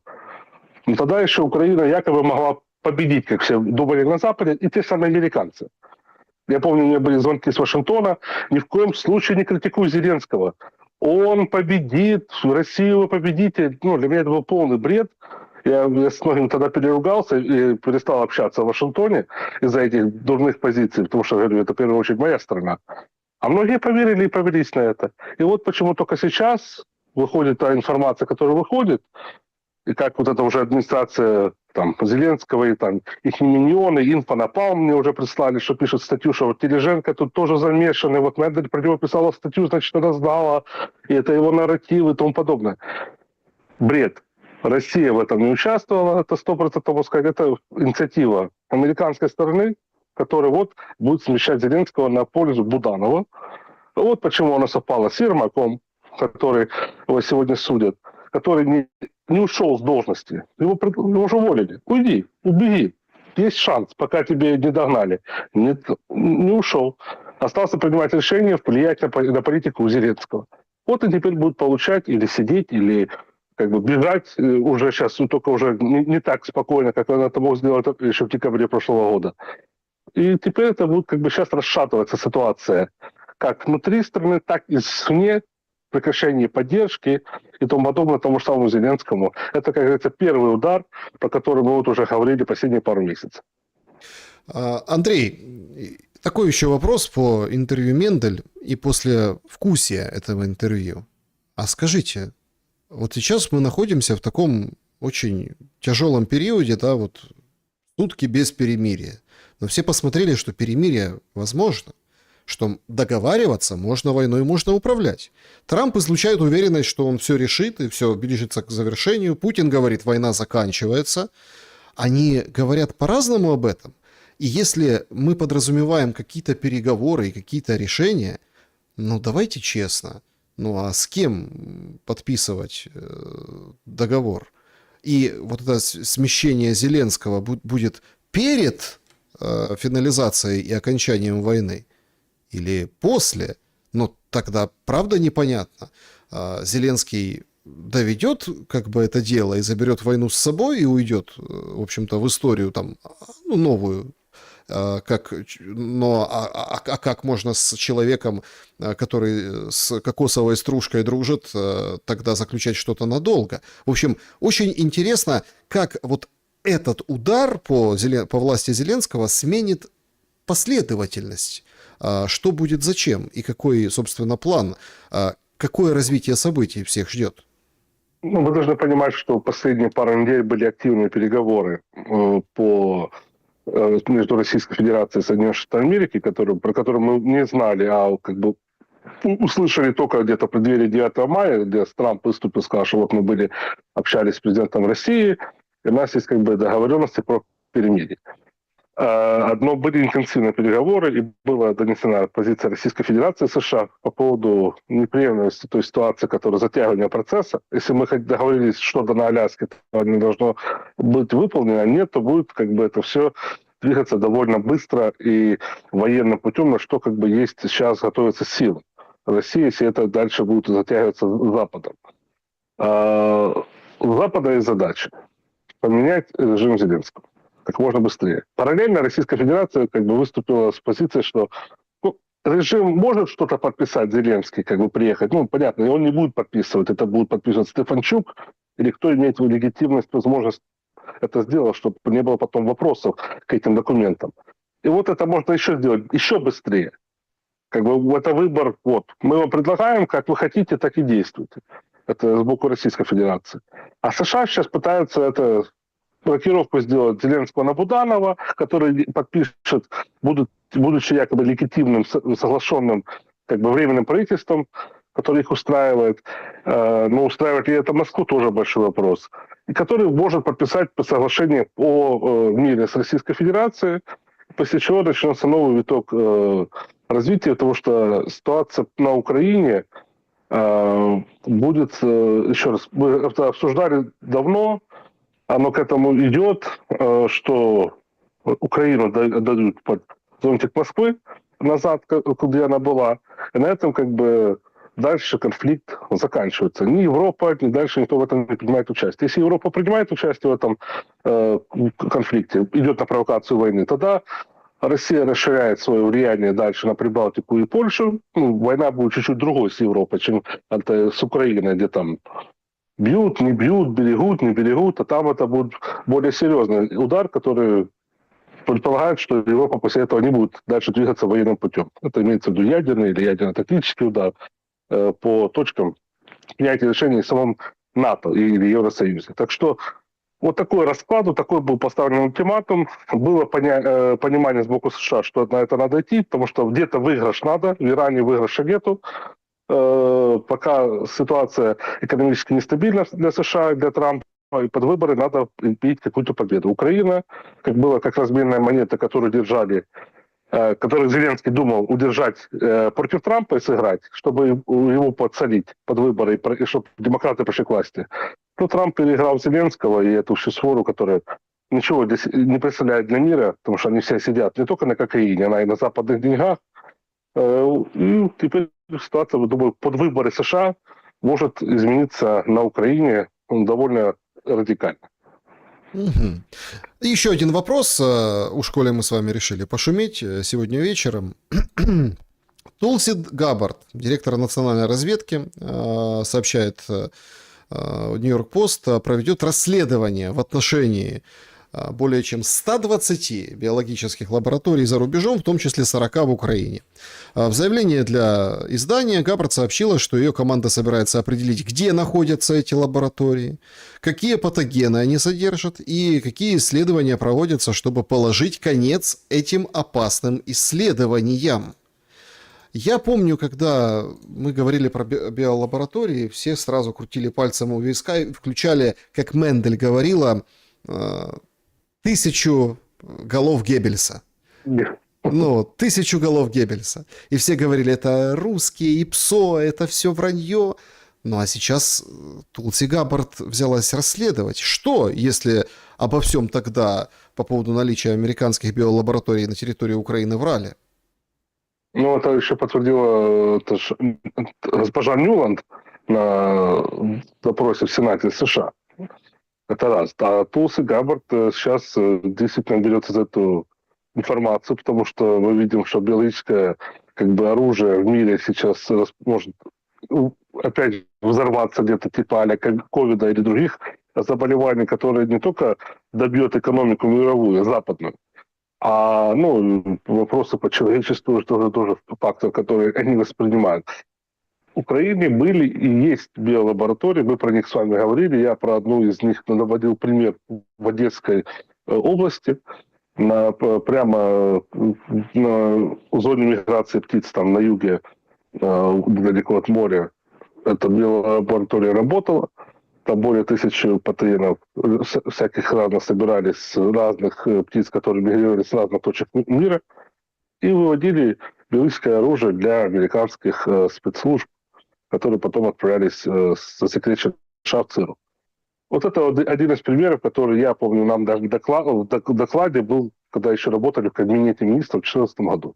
Это, знаешь, что биолаборатория охраняется даже не войсками Украины, а войсками США, и который доступ к ней Украина, на территории, которой эта биолаборатория находится, начиная где-то с 2008 года, не имела. Потому что там это совместно было с украинскими экспертами работала и шла, американцами. А потом, после 2008 года, когда там увидели, что украинцы тупо воруются вместе с американцами, научили их воровать деньги, там это все патогены держались в обычных холодильниках, то это все резко заменили и закрыли только доступ для американских спецслужб. Так что вот это один из примеров, который есть. И это то, что я знаю. А то, что там другие, и чем они занимались после 2014 года, и в каком масштабах это было, я могу только себе представить. И думаю, будем ждать отчета разведки США, что там может опубликуют. Как вы считаете, против кого были направлены эти разработки?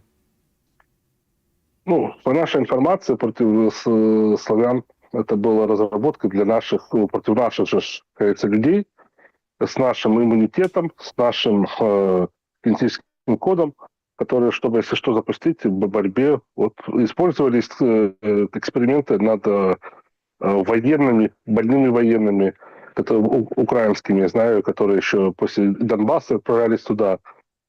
Им платились какие-то деньги, некоторые из них не выживали. Вот это много вопросов, которые должны ответить тот же Порошенко, который он про это знал. И глава СБУ Наливайченко и тому подобное, которые этим всем фактически дали добро, чтобы это осуществлять на территории Украины.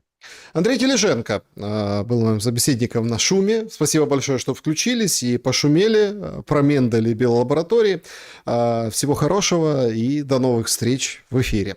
Друзья, спасибо, Александр. Да, благодарю. Друзья, я очень надеюсь, что вам понравилась такая, собственно, такая инновация. В общем-то, я очень доволен. Это вот здесь, скажем так, выскочила у нас, собственно, украиночка, да, это мы ее послушаем немножко позже.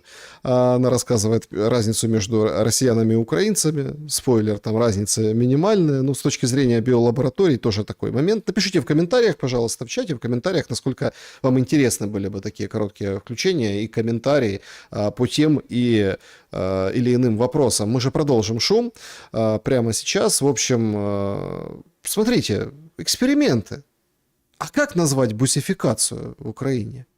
Тем же социальным экспериментом. То есть они опробовали разные вещи, а теперь опробуют разные технологии, когда никто не пикнет. А если пикнет, то порицание общества и реальные уголовные дела и сроки обрушиваются. Одесса. Сегодняшнее жесткое пакование людей, это просто. Убежать пытался паренек, его вчетвером, впятером даже, один водитель, я так понимаю.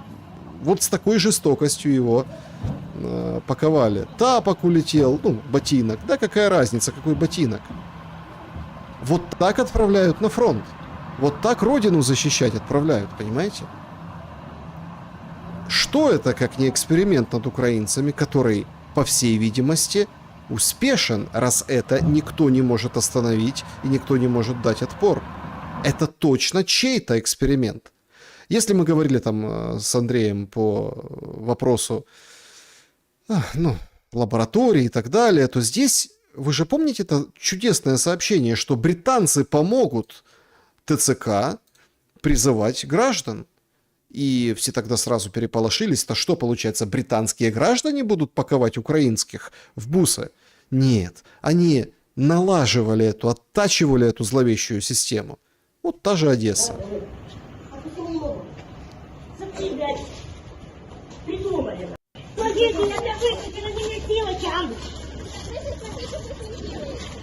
Вы твари конченые, блядь, чтоб вас так затягивали, уроды ебаные.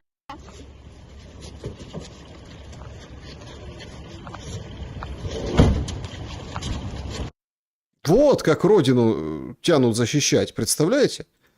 Это точно чья-то технология. Иначе бы это все точно закончилось. Это прям ужас, что происходит. Город Днепр. Жена разразилась огромнейшим постом. И не одним, о том, что ее мужа, Кошельняка Федора Викторовича 5 числа 25 года схватило 10 наемников ТЦК, 8:45. Мы уже шли на стоянку, которая находится вверху тоннельной балки города Днепра. Из кустов выбежали люди в камуфляже, не представляясь, ничего, не спросили документы, окружили, набросились. 10 человек его хватало за руки, за ноги, пихали в бус, отправили, собственно, на ВЛК, и потом на ВЛК дивным образом мужа у жены не стало. Днепропетровский ТЦК говорит, да, говорит, был такой, проверяли документы, он был нарушителем учета, подлежал призыва на военную службу, во время прохождения военно-врачебной комиссии стало вдруг плохо ему, представляете? Вы вызвали бригаду скорой, скорая прибыла по вызову, 45 минут ехала, приехала, еще 45 минут давали, предоставляли вот эту помощь, после этого констатировали, помер. Приехали, помогали 45 минут и, в общем, помер. Расследование служебное, все дела. Вот так вот. Шли они по своему родному городу на стоянку, и вот не стало человека. Ну, говорите, Днепр, прифронтовой, они там лютуют, эти все там колл-центры, бандюки, переодетые в ТЦКшников, кооперации. Так столица то же самое. Начальник ТЦК забирає людину з Дніпро-М насильно. Наручники вділи, насильно беруть його, силою запікують, силою просто. Забрали його з Дніпро-М. Значит, забрали из Днепро-Эма. Это всем известная, скажем так, улица, там торговый центр, напротив Днепро-М, это магазин инструментов. Он повесил табличку, этот паренек, чтобы 20 минут перерыв, надо было куда-то отойти. Так они ему вылетели, налетели, как поджидали. Запікують. А все, успокойся. Просто з роботи забрали людину. Просто з роботи прийдали. Просто с работы.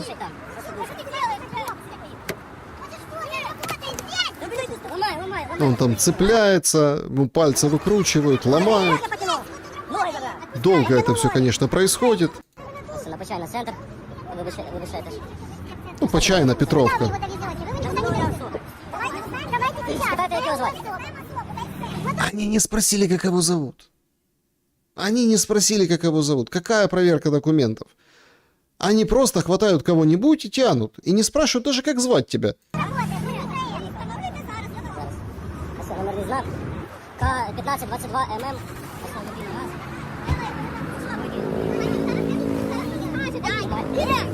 Двери даже не закрыли. Ну а зачем? Вот, так и повезли. А чего? Все хорошо. Все отлично. Вот такая мобилизация. Доходит до абсолютного идиотизма. А ультрапатриотический мэр города Ивано-Франковска, Марцинкив, жалуется, говорит, не прописываются. Людей много, а прописывать, регистрироваться не хотят. У нас є по 292 тисячі населення зараз офіційно. Але я думаю, що багато людей ще не зареєстрованих, тобто які придбали квартири, але вони не реєструвалися. Тобто ми цю інформацію... А чому? Ну, по-різному є Щоб причина. уникати мобілізації? Це тому, що ВПО, наприклад, чому не реєструються, чоловіки не реєструються. Ну, давайте говорити причину, та не хочуть тому, що бути мобілізованими. Та, ну, є така причина. Тому так само не хочуть реєстрації, при реєстрації вимагають. Тому є така... Близько 3 тисячі сьогодні ВПО купили квартири в Франківську, стали мешканцями Франківська. Це та статистика, яка мені відома. Те, що в нас є дані. Насправді, я думаю, що це більша цифра, знову ж таки, зважаючи на те, що немає в наших повноваженнях реєструвати, хто кого купив. Тобто купив та й купив, але ми бачимо тільки при реєстрації. То есть квартиры покупаются украинцами на Западной Украине, в Ивано-Франковску. Говорит, да, покупают квартиры, много покупают, и действительно, и вот, пожалуйста, но они не регистрируются. Почему? Ну, как вы думаете, почему? Да вот поэтому и не регистрируются, потому что у них там свой какой-нибудь из Донецкой области, с Луганской, Запорожской, с Харьковской, свой какой-нибудь ТЦК. А этот ТЦК – это другая совершенно история. Это другой монастырь. Вообще, конечно, нас довели до того, что мужчины и быть мужчиной в Украине, мальчиком в Украине, это как девочкой в Афганистане. Это параллель, да, это метафора или там, скажем так, фигура речи принадлежит достаточно известной психологу в Україні Наталії Холоденко. Оце полювання за чоловіками, це на якомусь генетичному рівні призведе до якоїсь катастрофи просто. Тобто ти розумієш, що народитись... Колись у мене була подруга з Афганістану, і вона сказала, немає нічого гірше, ніж народитися афганською дівчинкою в Афганістані, тому що ти товар. От у мене зараз таке відчуття, що немає нічого гірше, ніж народитись українським хлопчиком. Тобто на тебе вже дивляться, чи ти служив, чи ти не служив, як ти служив. І як би ти не служив, чи служив, ти щось не так зробив, можна було краще. За тобою полюють. За кордоном, в твоей краине, ментально, социально. За тобой охотятся. Ты как охота прям на тебя идет, если ты мальчик. Конечно, это приведет к катастрофе. Ментально, социально идет охота. Почему? Потому что, ты мужского пола. То, куди це все веде? Ти ж розумієш, питання ж не тільки в тому, що когось бусифікували. Питання в тому, що це все бачать наші діти. І оце налетіти, схватити людину, скрутити, засунути в бусик стає для дітей нормальним. Як ми можемо потім пояснити, що це ненормально?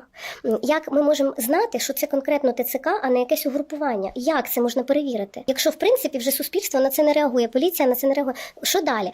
І коли мене за це цькували, я задавала одне запитання. Чи ви згодні, щоб жінок так запихали в автобус? Наверное, к этому придет.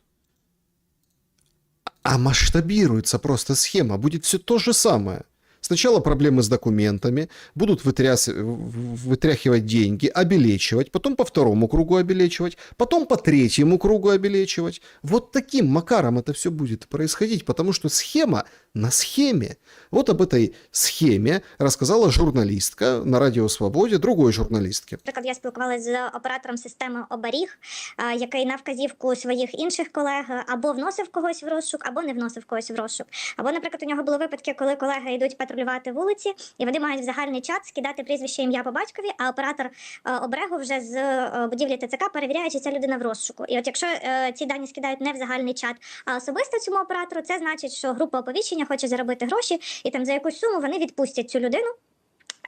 І ця людина вільна до того, поки вона не наштовхнеться на нову групу оповіщення. І таким чином з людини стягують гроші кілька разів.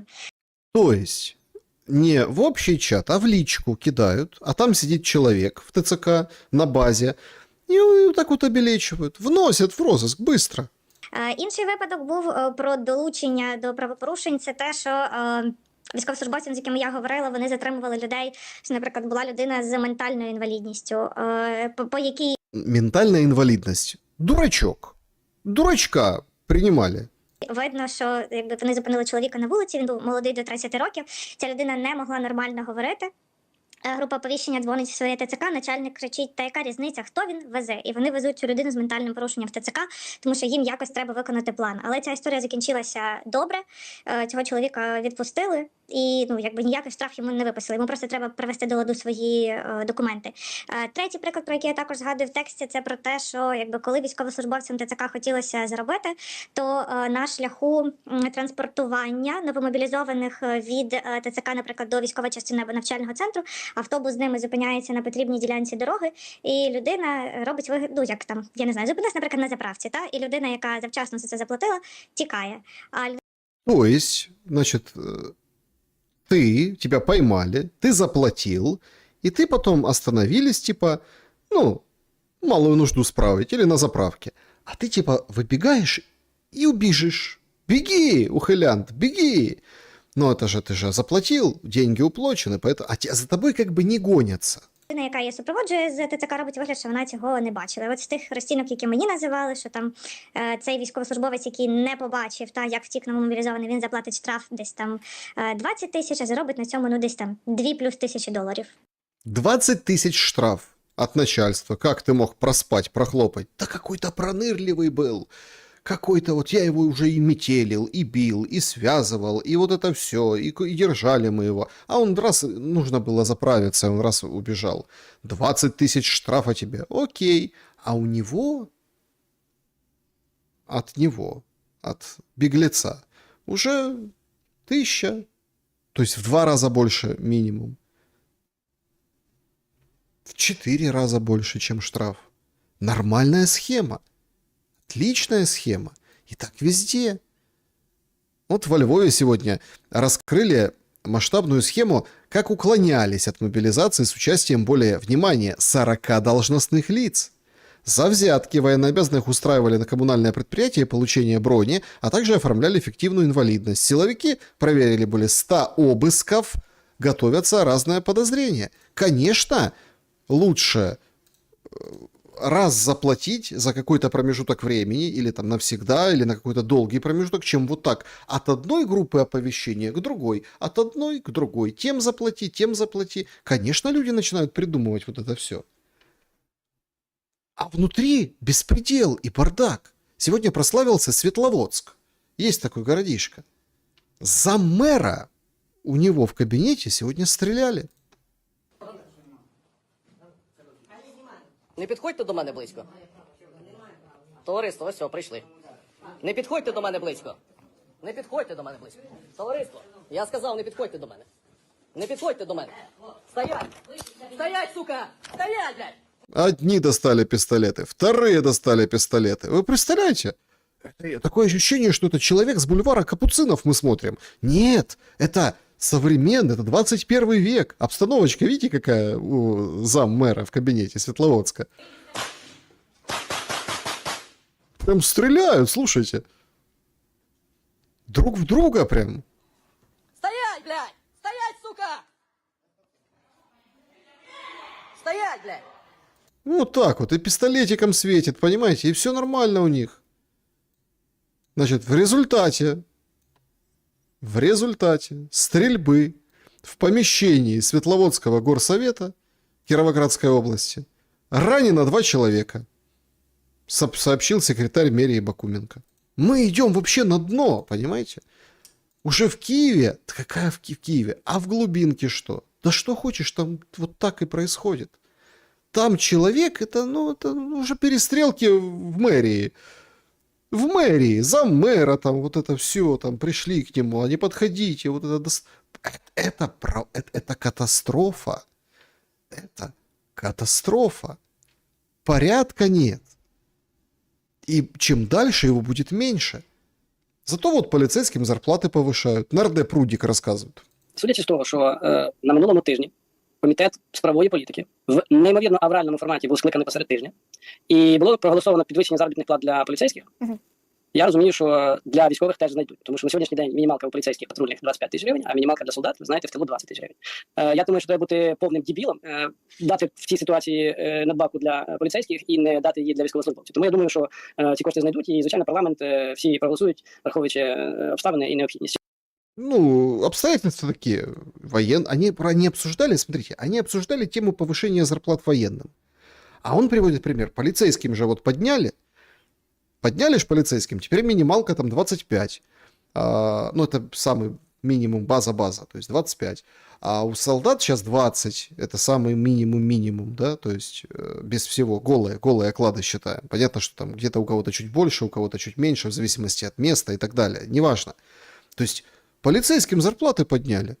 Они ж, вот видите, как старались после того, как прохлопали Голосеевского стрелка, всей страной старались. Всей страной. И продолжают стараться. И ТЦКшникам помогать продолжаются. По домам уже ходят. Причина. Вломился в дом, вообще непонятно этот самый. В чем причина, что случилось? А что вы в дом вломились? Что вы в дом вломились?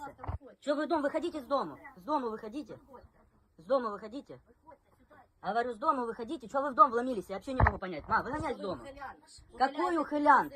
Какой ухилянт?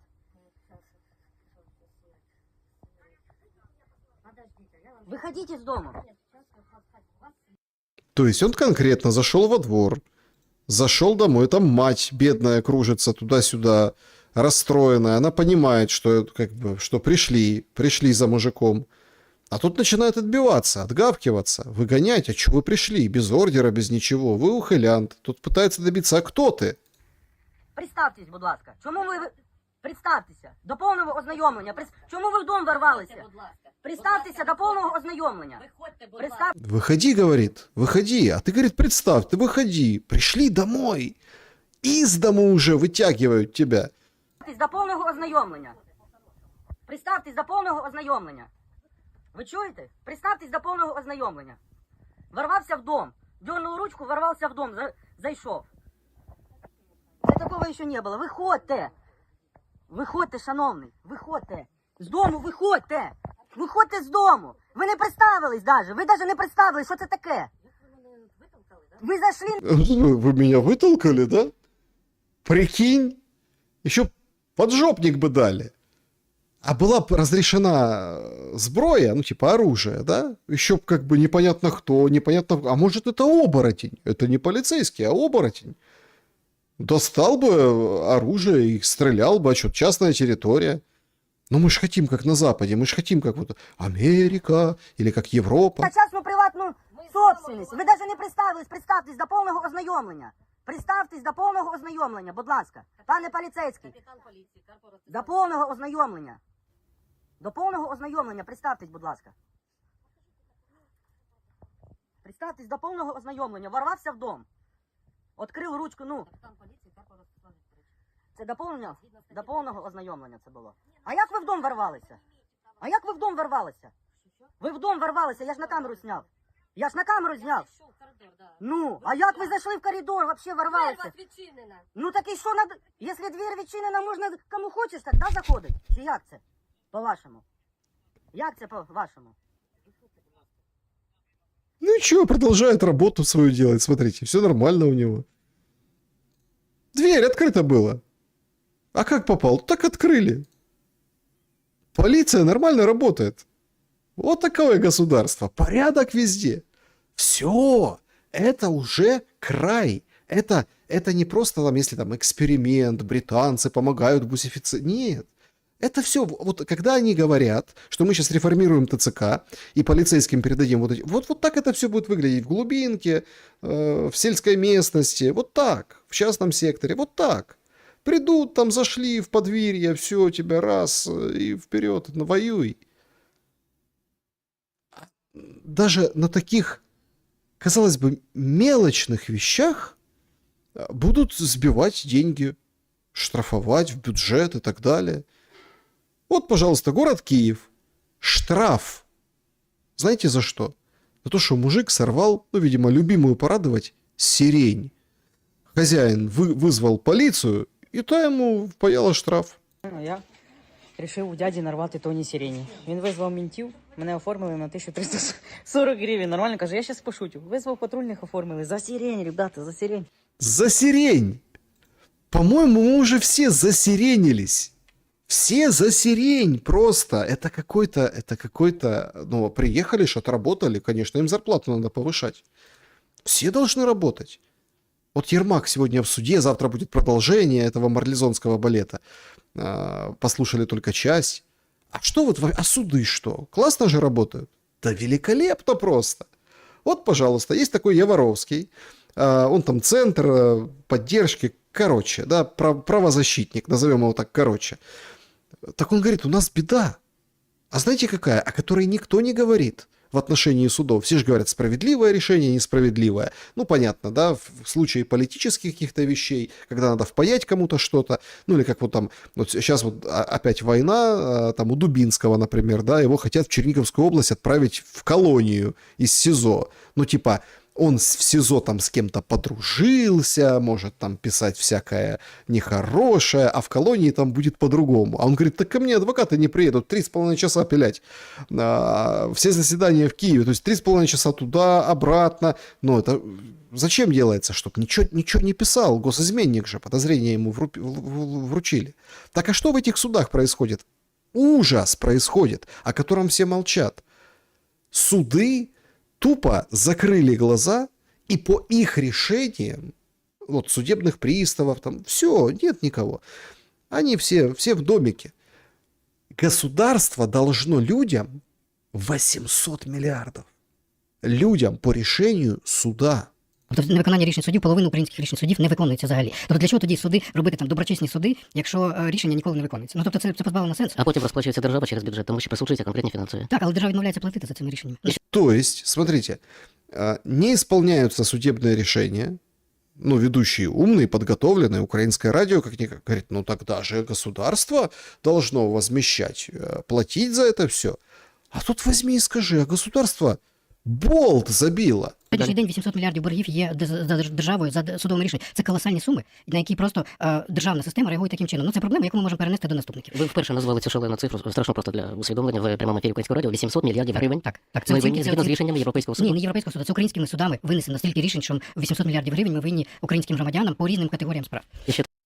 800 миллиардов гривен государство должно украинским гражданам вообще по всем судебным решениям.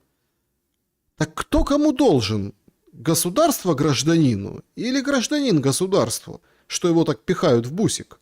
Трошки, і це буде одна скільки, 1/3 чи 1/4, 1 трильйон бюджету під час війни. Так, і це цю річ почав ще Азаров, коли він був прем'єр-міністром, оці боргування, і вони почали ще всередині 2000-х, вони накоплюються, і кожен уряд переносить це для наступного уряду цю проблему. Але коли це має вирішувати? Когда-то должно решиться, это все как снежный ком, накапливается, вот и все. 800 миллиардов. Такой бюджет целый обороны, там триллион, там и так далее. Ну, параллели, если так провести.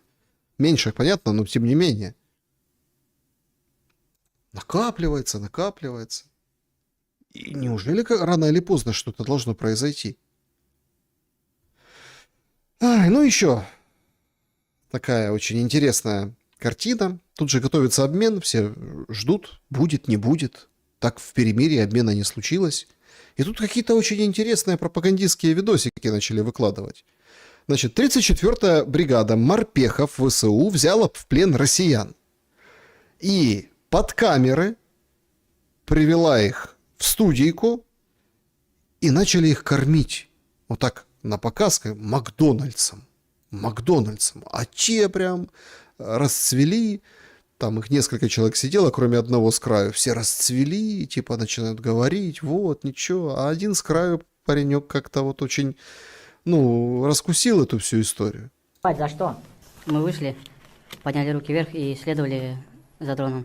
Вот этот паренечек справа.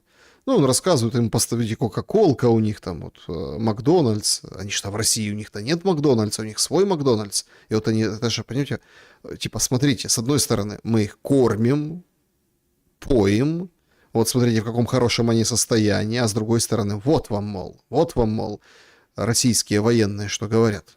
Нас сопроводили по громкоговорителю, куда идти. Услышали здесь громкоговоритель. И вот это все слушает вот этот паренечек. Вот этот. Это, конечно, он, наверное, уже представляет, что это видео, наверное, точно кто-то увидит. Ну, с динамиком. Русский солдат, сдавайся в плен, мы вам гарантируем жизнь. То есть они услышали по динамику, русский солдат, дрон какой-то был с динамиком, русский солдат, сдавайся, мы вам гарантируем жизнь. Ну вот видите, как сдержали же вот обещание, гарантировали жизнь. Вот Макдональдс сидят, как говорится, кушают. Легли. Нас пытался атаковать FPV российский. Украинцы успели вовремя положить на землю, чтобы нас не увидел наш же FPV. Представляете, скрывались от своего FPV. А? Какая душещипательная история. И чтобы донести вот эту историю, их там эти Макдональдсы, вот это все. Вообще, конечно, топорненько с точки зрения пропаганды, но вы видите, что все меняется? Видите, как это все меняется? Идет все на какой-то такой определенный спад. Вот этот накал страстей. Уже там не стреляют, не калечат, а вот так вот демонстрируют. Ждем ответку с другой стороны по поводу военнопленных. Разрядка это? Отчасти. Но определенно что-то новое. Обычно Золкин, тот, который Мендель хулит, подбегал и давай там с ними беседовать, звонить родным, бить по мозгам. А тут, смотрите, Макдональдс, Кока-Колка, те рассказали. Представляете, наш российский дрон нас хотел атаковать, а украинский нас положил. Потому что, вот представляете, класс. Спасли спасатели друг дружку. Вообще вот между русским и украинцем, особенно за рубежом, есть определенное напряжение. Вот недавно поделилась в своих соцсетях девушка, живет в Бельгии, и говорит, слушайте, это вообще непонятно. Живет она, значит, в Бельгии, в городе, а у них там половина какие-нибудь там восточные жители, ну, которые за Россию, а половина почему-то темнокожие, негры, темнокожие, они за Украину. И ты как между двух огней. То с теми поссоришься, то с теми. И все же спрашивают, а кто ты? Россия или Украина? И постоянно приходится как-то вот смотреть, как отвечать, потому что не хочешь нарваться на проблемы. Я живу в Европе 4 года, и вещь, которая сохраняет мне жизнь на протяжении 4 лет, заключается в том, что я никогда ни при каких обстоятельствах не говорю, из какой я страны, если кто-то меня об этом спросит. Вот так вот. Не говорит она, из какой она страны, если кто-то об этом вдруг спросит. А почему? А в чем дело? Существует два исхода событий. Если вы скажете, что вы из Украины или вы из России, вам перманентно пиздец в первом и во втором варианте. Раньше я не стыдилась говорить, откуда я из Украины, но все очень резко поменялось, когда я начала замечать реакцию. В месте, где я живу в Бельгии, в основном живут восточные страны. Все восточные страны, они все поддерживают Россию. И каждый раз, если я или кто-то из моих друзей скажет, что ты чел, ты из Украины, тебе пиздец. И вы думаете, охуенно, можно юзать темку и говорить, что ты из России. Нихуя. Я начала последний год реально пользоваться лайфхаком и всем говорить, что я из Москвы. I'm from Russia, ёпта. И знаете, что было? За мной гнался темнокожий мужик, блядь, с такими нахуй матами. Ребята, вы себе... Блядь, я такого не слышала даже от марокканцев, я вам клянусь. И тогда я поняла, блядь, что-то, сука, я делаю не так, потому что все темнокожие, они все за Украину. А в месте, где я живу, 50% населения Восток, а остальные 50% это афроамериканцы. Сегодня была в шаурмечной, и я заказала себе дурум, и... Шаурму пришла покушать, дюрум заказала. Ну и, соответственно, попала, не поняла, кто перед ней, кто ей готовил дюрум. И тут же как, кто ты, русский или украинец? Рядом стояло миллиард еще людей восточной национальности, и шаурмищик просто вот так, как констатация факта, сказал: о, Юкрейн, я просто, блядь, очень стыдно опустила глаза в пол, и начал орать на всю шаурмейщину: Зеленский. Но когда я сказала no, please, no, он начал орать: о, тогда Путин.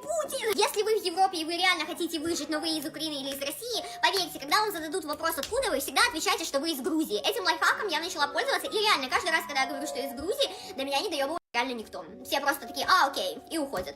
Никогда не говорите, что вы из России или из Украины, вам пи***ц. Вот такой совет. Лайфхак по жизни. Не говорите, что вы из России или из Украины. Вы понимаете, до какого предела, до какой степени накал страстей раскрутили, до какого ужаса довели, что ты там за границей, девочка не знает откуда, как ей правильно сказать. Отношение к украинцам испортилось. К россиянам, там где-то выровнялось, где-то, все равно остается вот такое. То есть русские не такие, украинцы не такие. А всех постоянно же путают. Русские, украинцы, русские. Все путают за границей тебя. Кто ты? Я грузин. Грузин? Грузинам нормально. Есть еще белорусы, например. Да? Молдаване им отличаются немножко. То есть вы понимаете, до чего нас довели?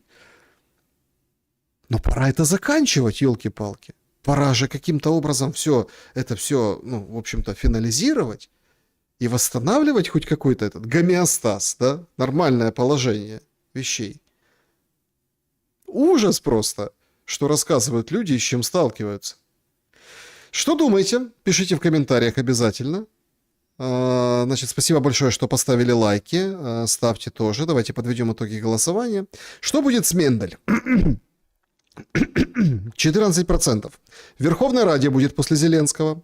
21%. Ничего не будет с Мендель, считают пользователи. В общем, забудут о ней, да и все. Забудут, как в Украине говорят, про Панькови штаны. А чего? Раз и все, и забыли. С этой Мендель. Также считают наши зрители, что санкции наложат 27%, а впаяют госизмену 39%. Правда, она очень жестко высказалась по поводу увлечений Зеленского, да, разного рода веществами, 15-минутками в ванной комнате, поэтому вполне себе выдается. Вот в чате пишут: а чем украинец отличается от русского, назовите 3 отличия. Правда. Особенно вот за границей, в глазах каких-нибудь там местных аборигенов, там местных жителей, правда? Чем отличается? Да ничем не отличается, в том-то и дело. И за границей это видят и ощущают. Вот такая вот история. Так, что у нас в сообществе YouTube люди пишут? Давайте заглянем туда, также в клуб. Так, вопрос. Александр, как вы считаете, станет ли для людей разочарование Зеленским прививкой от участия в будущих выборах любого уровня? И стоит ли вернуть в избирательном бюллетене пункт против всех, как это было до 2011 года? Олег, спасибо большое за этот вопрос. Я считаю, что пункт против всех возвращать нужно. Это раз. А во-вторых, это тоже очень важно. Мне кажется, что наоборот. Люди побегут на эти выборы. Стремглав побегут. Потому что что-то мне подсказывает, мы о Зеленском еще узнаем такое узнаем о Зеленском. И о Зеленской, и о схемах, и мы такое узнаем. Правда, не сразу, чуть позже, что все украинцы просто прозреют. Это только вот просто цветочки, эти все скандалы, которые поднимают и сейчас раскручивают. Так, доброе утро из мира. Объясните человеку мира, почему украинцы не хотят жить в дружбе, мире с Россией со стороны россиян. Такое желание я вижу. Причем украинцы целенаправленно хотели воевать с Россией с 2013 года, иначе зачем Майдан нужен был? Обработали украинцев, сменили центральный сигнал, сменили центральную идеологию, переписали историю. Это все как бы делали достаточно долго. А вот правильно Холоденко говорит, кого мы вырастим, каких детей? Когда они видят, что так можно. Нет, может, конечно, дети от индусов и пакистанцев будут какими-то другими. Уважаемый Александр, хотелось ли работать по профессиональной деятельности с Мендель? Если да, то что можете не сказать, как профессиональном журналисте? Спасибо большое. Оксана, не работал с ней в профессиональном смысле никогда. Смотрите, не работал никогда. Осуждать ее или поддерживать горячо не буду. Там много о ней ходят, там фотографии Russia Today. Ну, все как бы пытались там быть, там стремиться, в общем-то. Но мне кажется, что... Ну, давайте так. У журналистов у них своя логика. Вот все равно своя логика. И с точки зрения своей логики она все делает правильно. Вот с точки зрения своей логики она все делает правильно. Кто-то там помог ей, там Тележенко рассказывал, или подтолкнул, или смотивировал, да. Она же и книжки писала, и хорошие про режим, и плохие. Она же и посты там писала, и так далее. Она с точки зрения своей, там, исключительно капсульно, если так посмотреть на ее, она все делает правильно, и она знает, зачем это делает. Это вот очень важный момент. Именно поэтому именно сейчас это все вышло. Именно поэтому вот так вот это все выглядит. Вот и все. Потому что у любого там журналиста в кадре есть оператор, режиссер, понимаете? Есть еще там редактор, сценарист, а есть генпродюсер всего происходящего. Вот Мендель тут выступила таким очень интересным исполнителем. Причем это не говорит о том, что там она в интервью Такеру сказала то, что она не думает. Вполне возможно, она говорила то, что она думает, и пожалуйста. Я имею в виду вообще ситуацию в целом. Ну, а обсуждать профессиональное качество — дело такое.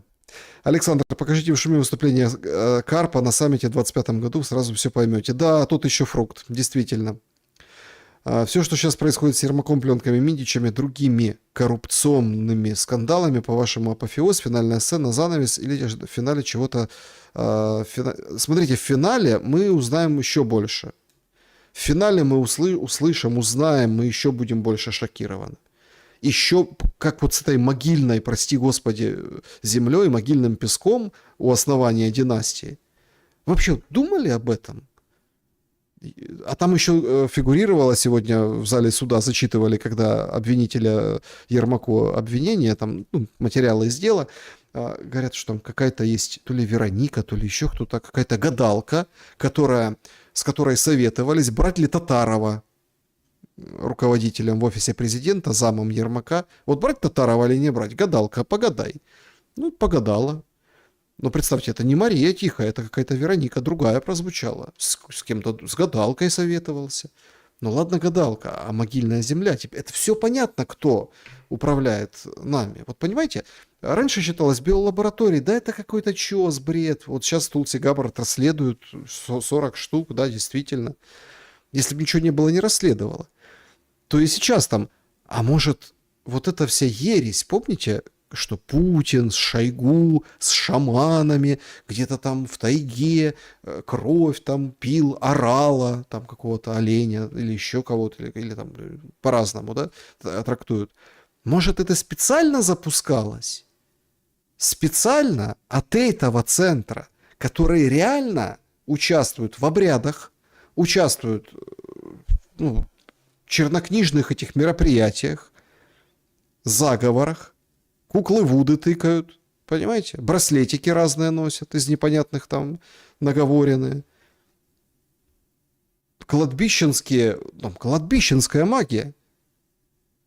Ну, то есть, может действительно вот отсюда это и пошла вот эта ИПСО. Ведь правду же там рассказывают инсайды, там разные паблики, что есть, например, такая методика. Собирают каких-то классных пиарщиков, медийщиков всех на свете в одном месте, дорогих, выделяют на это много денег, собирают в офисе, и они там из этого офиса рулят, отслеживают медиапространство, что на что реагировать, какой антикриз, чем перебить информационно. И вот такая вот типа колл-центра, такая вот приблуда работает. Просто там тоже начали воровать, потому что видят, что конец подходит. Хотя вот 2 года железно, а может 3, а некоторые до сих пор сидят под дурманом этого. Поэтому такой момент. Спектакль, я думаю, будет очень развязка интересная. Александр, вы не находите непоследовательностью Мендель, что в ее интервью Карлсону? Все интервью она тюкает Зеленского в теме, какой он всякой не хочет мира, а в самом конце мир выпрашивает у Путина. И получается классика Запада. Путин не хочет мира, его нужно уламывать. Нет. Я не думаю, что это непоследовательность. Это просто, это же интервью. Так, это же живой разговор. Вот так просто, так посчиталось в этом месте. Она же там до этого сколько всего рассказала. Поэтому не думаю. Это просто вот такой разговор. Нам, простым смертным, Митя пишет, таки дадут спокойно пожить, и эта борьба, игра добра и зла будет вечной. Как-то уже все эти вирусы, войны, запреты и прочее немного надоели, а так хочется в лес, на озеро, шашлыки, душевного равновесия, мира и добра. Ну, тогда вам где-то в 70-е годы прошлого века. Москва слезам не верит. Это все дела. Вам туда, в ту сторону. 70-е, 80-е. Мне так нравится еще так. Помните, ругали «застой». «Застой» говорили. «Застой». Ну, да, зато сейчас шибко весело. Нет, я думаю, что не дадут пожить. Единственный шанс, может быть, Россию и Украину это немножко отпустит раньше, а в другом мире начнется. Ну, вот такое мнение. Ну, что просто мы первые вскочили, и нас уже будет, мы уже привыкли, и будет вот это вот трясти, а других будут ожидать подобное потрясение. Почему? Потому что Палантир, потому что такие планы на мир имеет Палантир. Так, значит, что у нас здесь в клубе зрителей? Да, спасибо большое, кстати, что присоединяетесь, спасибо огромное. Так, поехали, чатик. Так, нет, ребята, вот что важно. Чуть не забыл. У нас же есть рубрика, классная рубрика, называется «Колобок». Вы там рассказываете свои истории, а потом мы их здесь обсуждаем. История не шибко длинная, но вот, пожалуйста, уделите внимание вот этому колобку, который прикатился. Значит, вот такая история. Я работаю фармацевтом в аптеке в селе Ворохта на Ивано-Франковщине. Совсем с недавних пор к нам зачастили покупатели из соседней Закарпатской области. Причем приходят они именно за льготными лекарствами по программе реимбурсации. В общем, другие препараты им все равно. То есть льготные препараты покупают. Оказаться у нас проездом они не могли. И до сих пор у нас такого аптечного туризма не наблюдалось. Поэтому как бы перемена эта сразу бросилась в глаза. Я спросил у одного покупателя, а зачем ехать с электронным рецептом от врача в такую, далечень? Почему так далеко ехать? И почему нельзя получить лекарство по месту проживания? На что он мне ответил, что у них в области льготные препараты по программе теперь дефицит. И их предлагают покупать за деньги собственные. Поэтому людям проще доехать до ближайшей приграничной аптеки. И мужчина, с которым я общалась, пишет пользовательница, сам из Рахова, где население в 3 раза больше, чем в нашем селе. Но у нас ни о каких дефицитах льготных препаратов не слышали. Спрашивала у коллег с другой аптеки. У них тоже видели таких туристов. То есть это конкретно Закарпатье и вот Ивано-Франковская область. Интересное наблюдение. С чем связано, пока мало понятно. Может, в этом смысл, что в больших или побольше населенных пунктов лекарства эти заканчиваются. Предлагают, опять-таки они есть, предлагают покупать за деньги. Вот в чем интересность и парадокс. Каждый пытается заработать, даже на этом процентике, который там по льготе можно купить. Поэтому тут вещь какая-то очень и очень внутренняя. Напишите, что думаете в комментариях, что так происходит. То есть это все, видите, эта вся схема и система пропитала все целиком и полностью. Полностью и целиком пропитала Украину. А мы тут Минтичам удивляемся. Пишут, остановите... землю я сойду. Украину надо назад в родную гавань в Россию. Это только спасет украинцев. Давайте дебаты, Саша, между экспертами. Алекс, спасибо большое. Не тот формат дебата немножко. Не тот. Вот смотрите, понравилось, не понравилось, напишите, пожалуйста, в комментариях, если посмотрите это видео. Вот такие там включения, абсолютно не длинные. То есть, да, можно там еще короче. Просто интересно было по поводу биолабораторий на фоне вот этого хантавируса, который развивается. А так вообще, обсудили Мендель, пошумели, давайте, может, кого-то еще прикрутим, чтобы он тоже с нами пошумел. Может, вам приятно будет, уважаемые зрители? В общем, интересно, как вы отнесетесь к этой инновации. Александр, вопрос про вас. У моей знакомой недавно бусифицировали мужа. Но когда я упомянула вас, она сказала, что Шелест пророссийский пропагандист, ориентированный на импорт. Это как так? Маргарита, ну а почему вы мне задаете этот вопрос? На импорт. Мне так интересно. Импорт. На импорт. Импорт, экспорт. Ну, в общем, ладно. Смотрите. Вы задайте этой женщине, у которой недавно бусифицировали мужа. Ну, то есть... А у нее ж проукраинские ее бусифицировали? Или какие? Ориентированные на внутренний рынок бусифицировали? Или какие? А, он же, наверное, после бусификации станет героем. Они же так рассказывают. Сейчас вот бусифицировали, и если там все пережил, все эти 7 кругов ада, даже стрелять научили, или кем-то стал, они сразу становятся добровольцами. Может, поэтому она так говорит? Не знаю. Так, значит, шум прекрасен, спасибо большое. Так, значит, здравствуйте. Может, ситуация Мендель – это стратегия мертвой кошкой, тактический прием, когда намеренно создается громкий, но малозначимый скандал, чтобы отвлечь внимание от реальных проблем? Не сказал бы, но уж очень это бьет лично по Зеленскому. 15-минутки в ванной – это очень... И смотрите, это аудитория западная, американская, по большей части, но и в мире Такера смотрят. И можно там говорить, вот там, то, это. То есть, представляете, западная аудитория, которая с Такером, они все посмотрели это, они все, они узнали. А кто не знал, узнал, кто знал, он это подтвердил себе. И дальше очень интересно, будут ли кто-то еще целовать руки Зеленскому в Конгрессе? Я думаю, вряд ли. Так, Шелест прославянский, это да. Шелест влюбился в Мендель, мне нравится. Абсолютно нет, абсолютно. Но это очень классная стратегия. Если правда окажется, что это интервью 2 месяца сидела и ждала своего часа, ох, как интересно будет. Так, воровать чужие цветы – это варварство. Сейчас женщины стоят... это просто, наверное, грядки. Так, когда вы думаете, Трампа предупредили, что будет испытание Сармата, а если сорвут парад, то будет удар по Киеву. Орешник же испытали. Как вы думаете? Я думаю, что все было очень серьезно. Спасибо большое за этот вопрос. Все было очень серьезно. Я чатик не вывел, я тут сижу с вами общаюсь. Значит, шерсть, карп и палантир. Да, смешно. Я думаю, что все четко дали понять, что будет все очень и очень серьезно. Ну, вот как бы... Я думаю, там уже не шутили.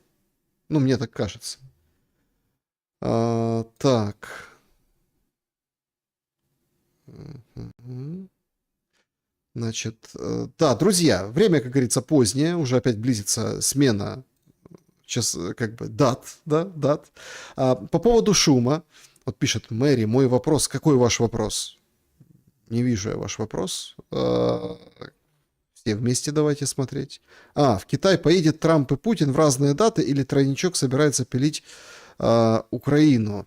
Смотрите, по поводу тройничка, вот это вот как бы вопрос, это интрига, Мэри, спасибо за вопрос. Я думаю, что вряд ли будет тройничок, я думаю, не будет тройничка. Ну, они приедут друг после дружки. То, что Трамп поедет, поедет. Сегодня была замечена секретная служба, кортеж секретной службы, они ездили, там маршруты изучали, в общем, проезжали, вот это все, готовили встречу, поэтому, судя по всему, будет встреча, а Путин будет позже. Я думаю, будет так, как вот намечено. А если нет, то тогда будут пилить и Украину, и Иран, и все будет как бы совершенно иначе. Эта встреча определенно должна нести сенсационные какие-то решения и последствия. Так. Ваш дедлайн по поводу конца войны этих новостей. Много кто говорит, до конца мая Зеленского хотят слить. Ваше мнение, дедлайн? Пока не отказывает от своих дедлайнов. Это конец мая, начало июня, июля. Это вот какие-то решения, да, такие, возможно, с перемириями, может быть, даже длинными, как вот мы видели в Иране. В Иране сейчас же перемирие. Ну, постреляли немножко, ничего страшного. А вот к осени все должно закончиться. Так, Шелест, привет, когда там в Адлер в гости приедешь? Да не приеду я в Адлер в гости, к сожалению. Ну вот когда все, после тройничка, пишет. Так, значит, спасибо большое. Да, всем большое спасибо, друзья, за то, что сегодня пошумели хорошенько. Спасибо, что оставляете комментарии, спасибо, что присоединяетесь, включаетесь. Самое главное, берегите себя и друг друга. Маленькое объявление, с шумами будет небольшая пауза, но с эфирами, надеюсь, нет. Нужно немножко, в общем-то, поездить, но я всегда очень рад вашему присутствию и то, что этот шум откликается в сердце. Всем добра и света.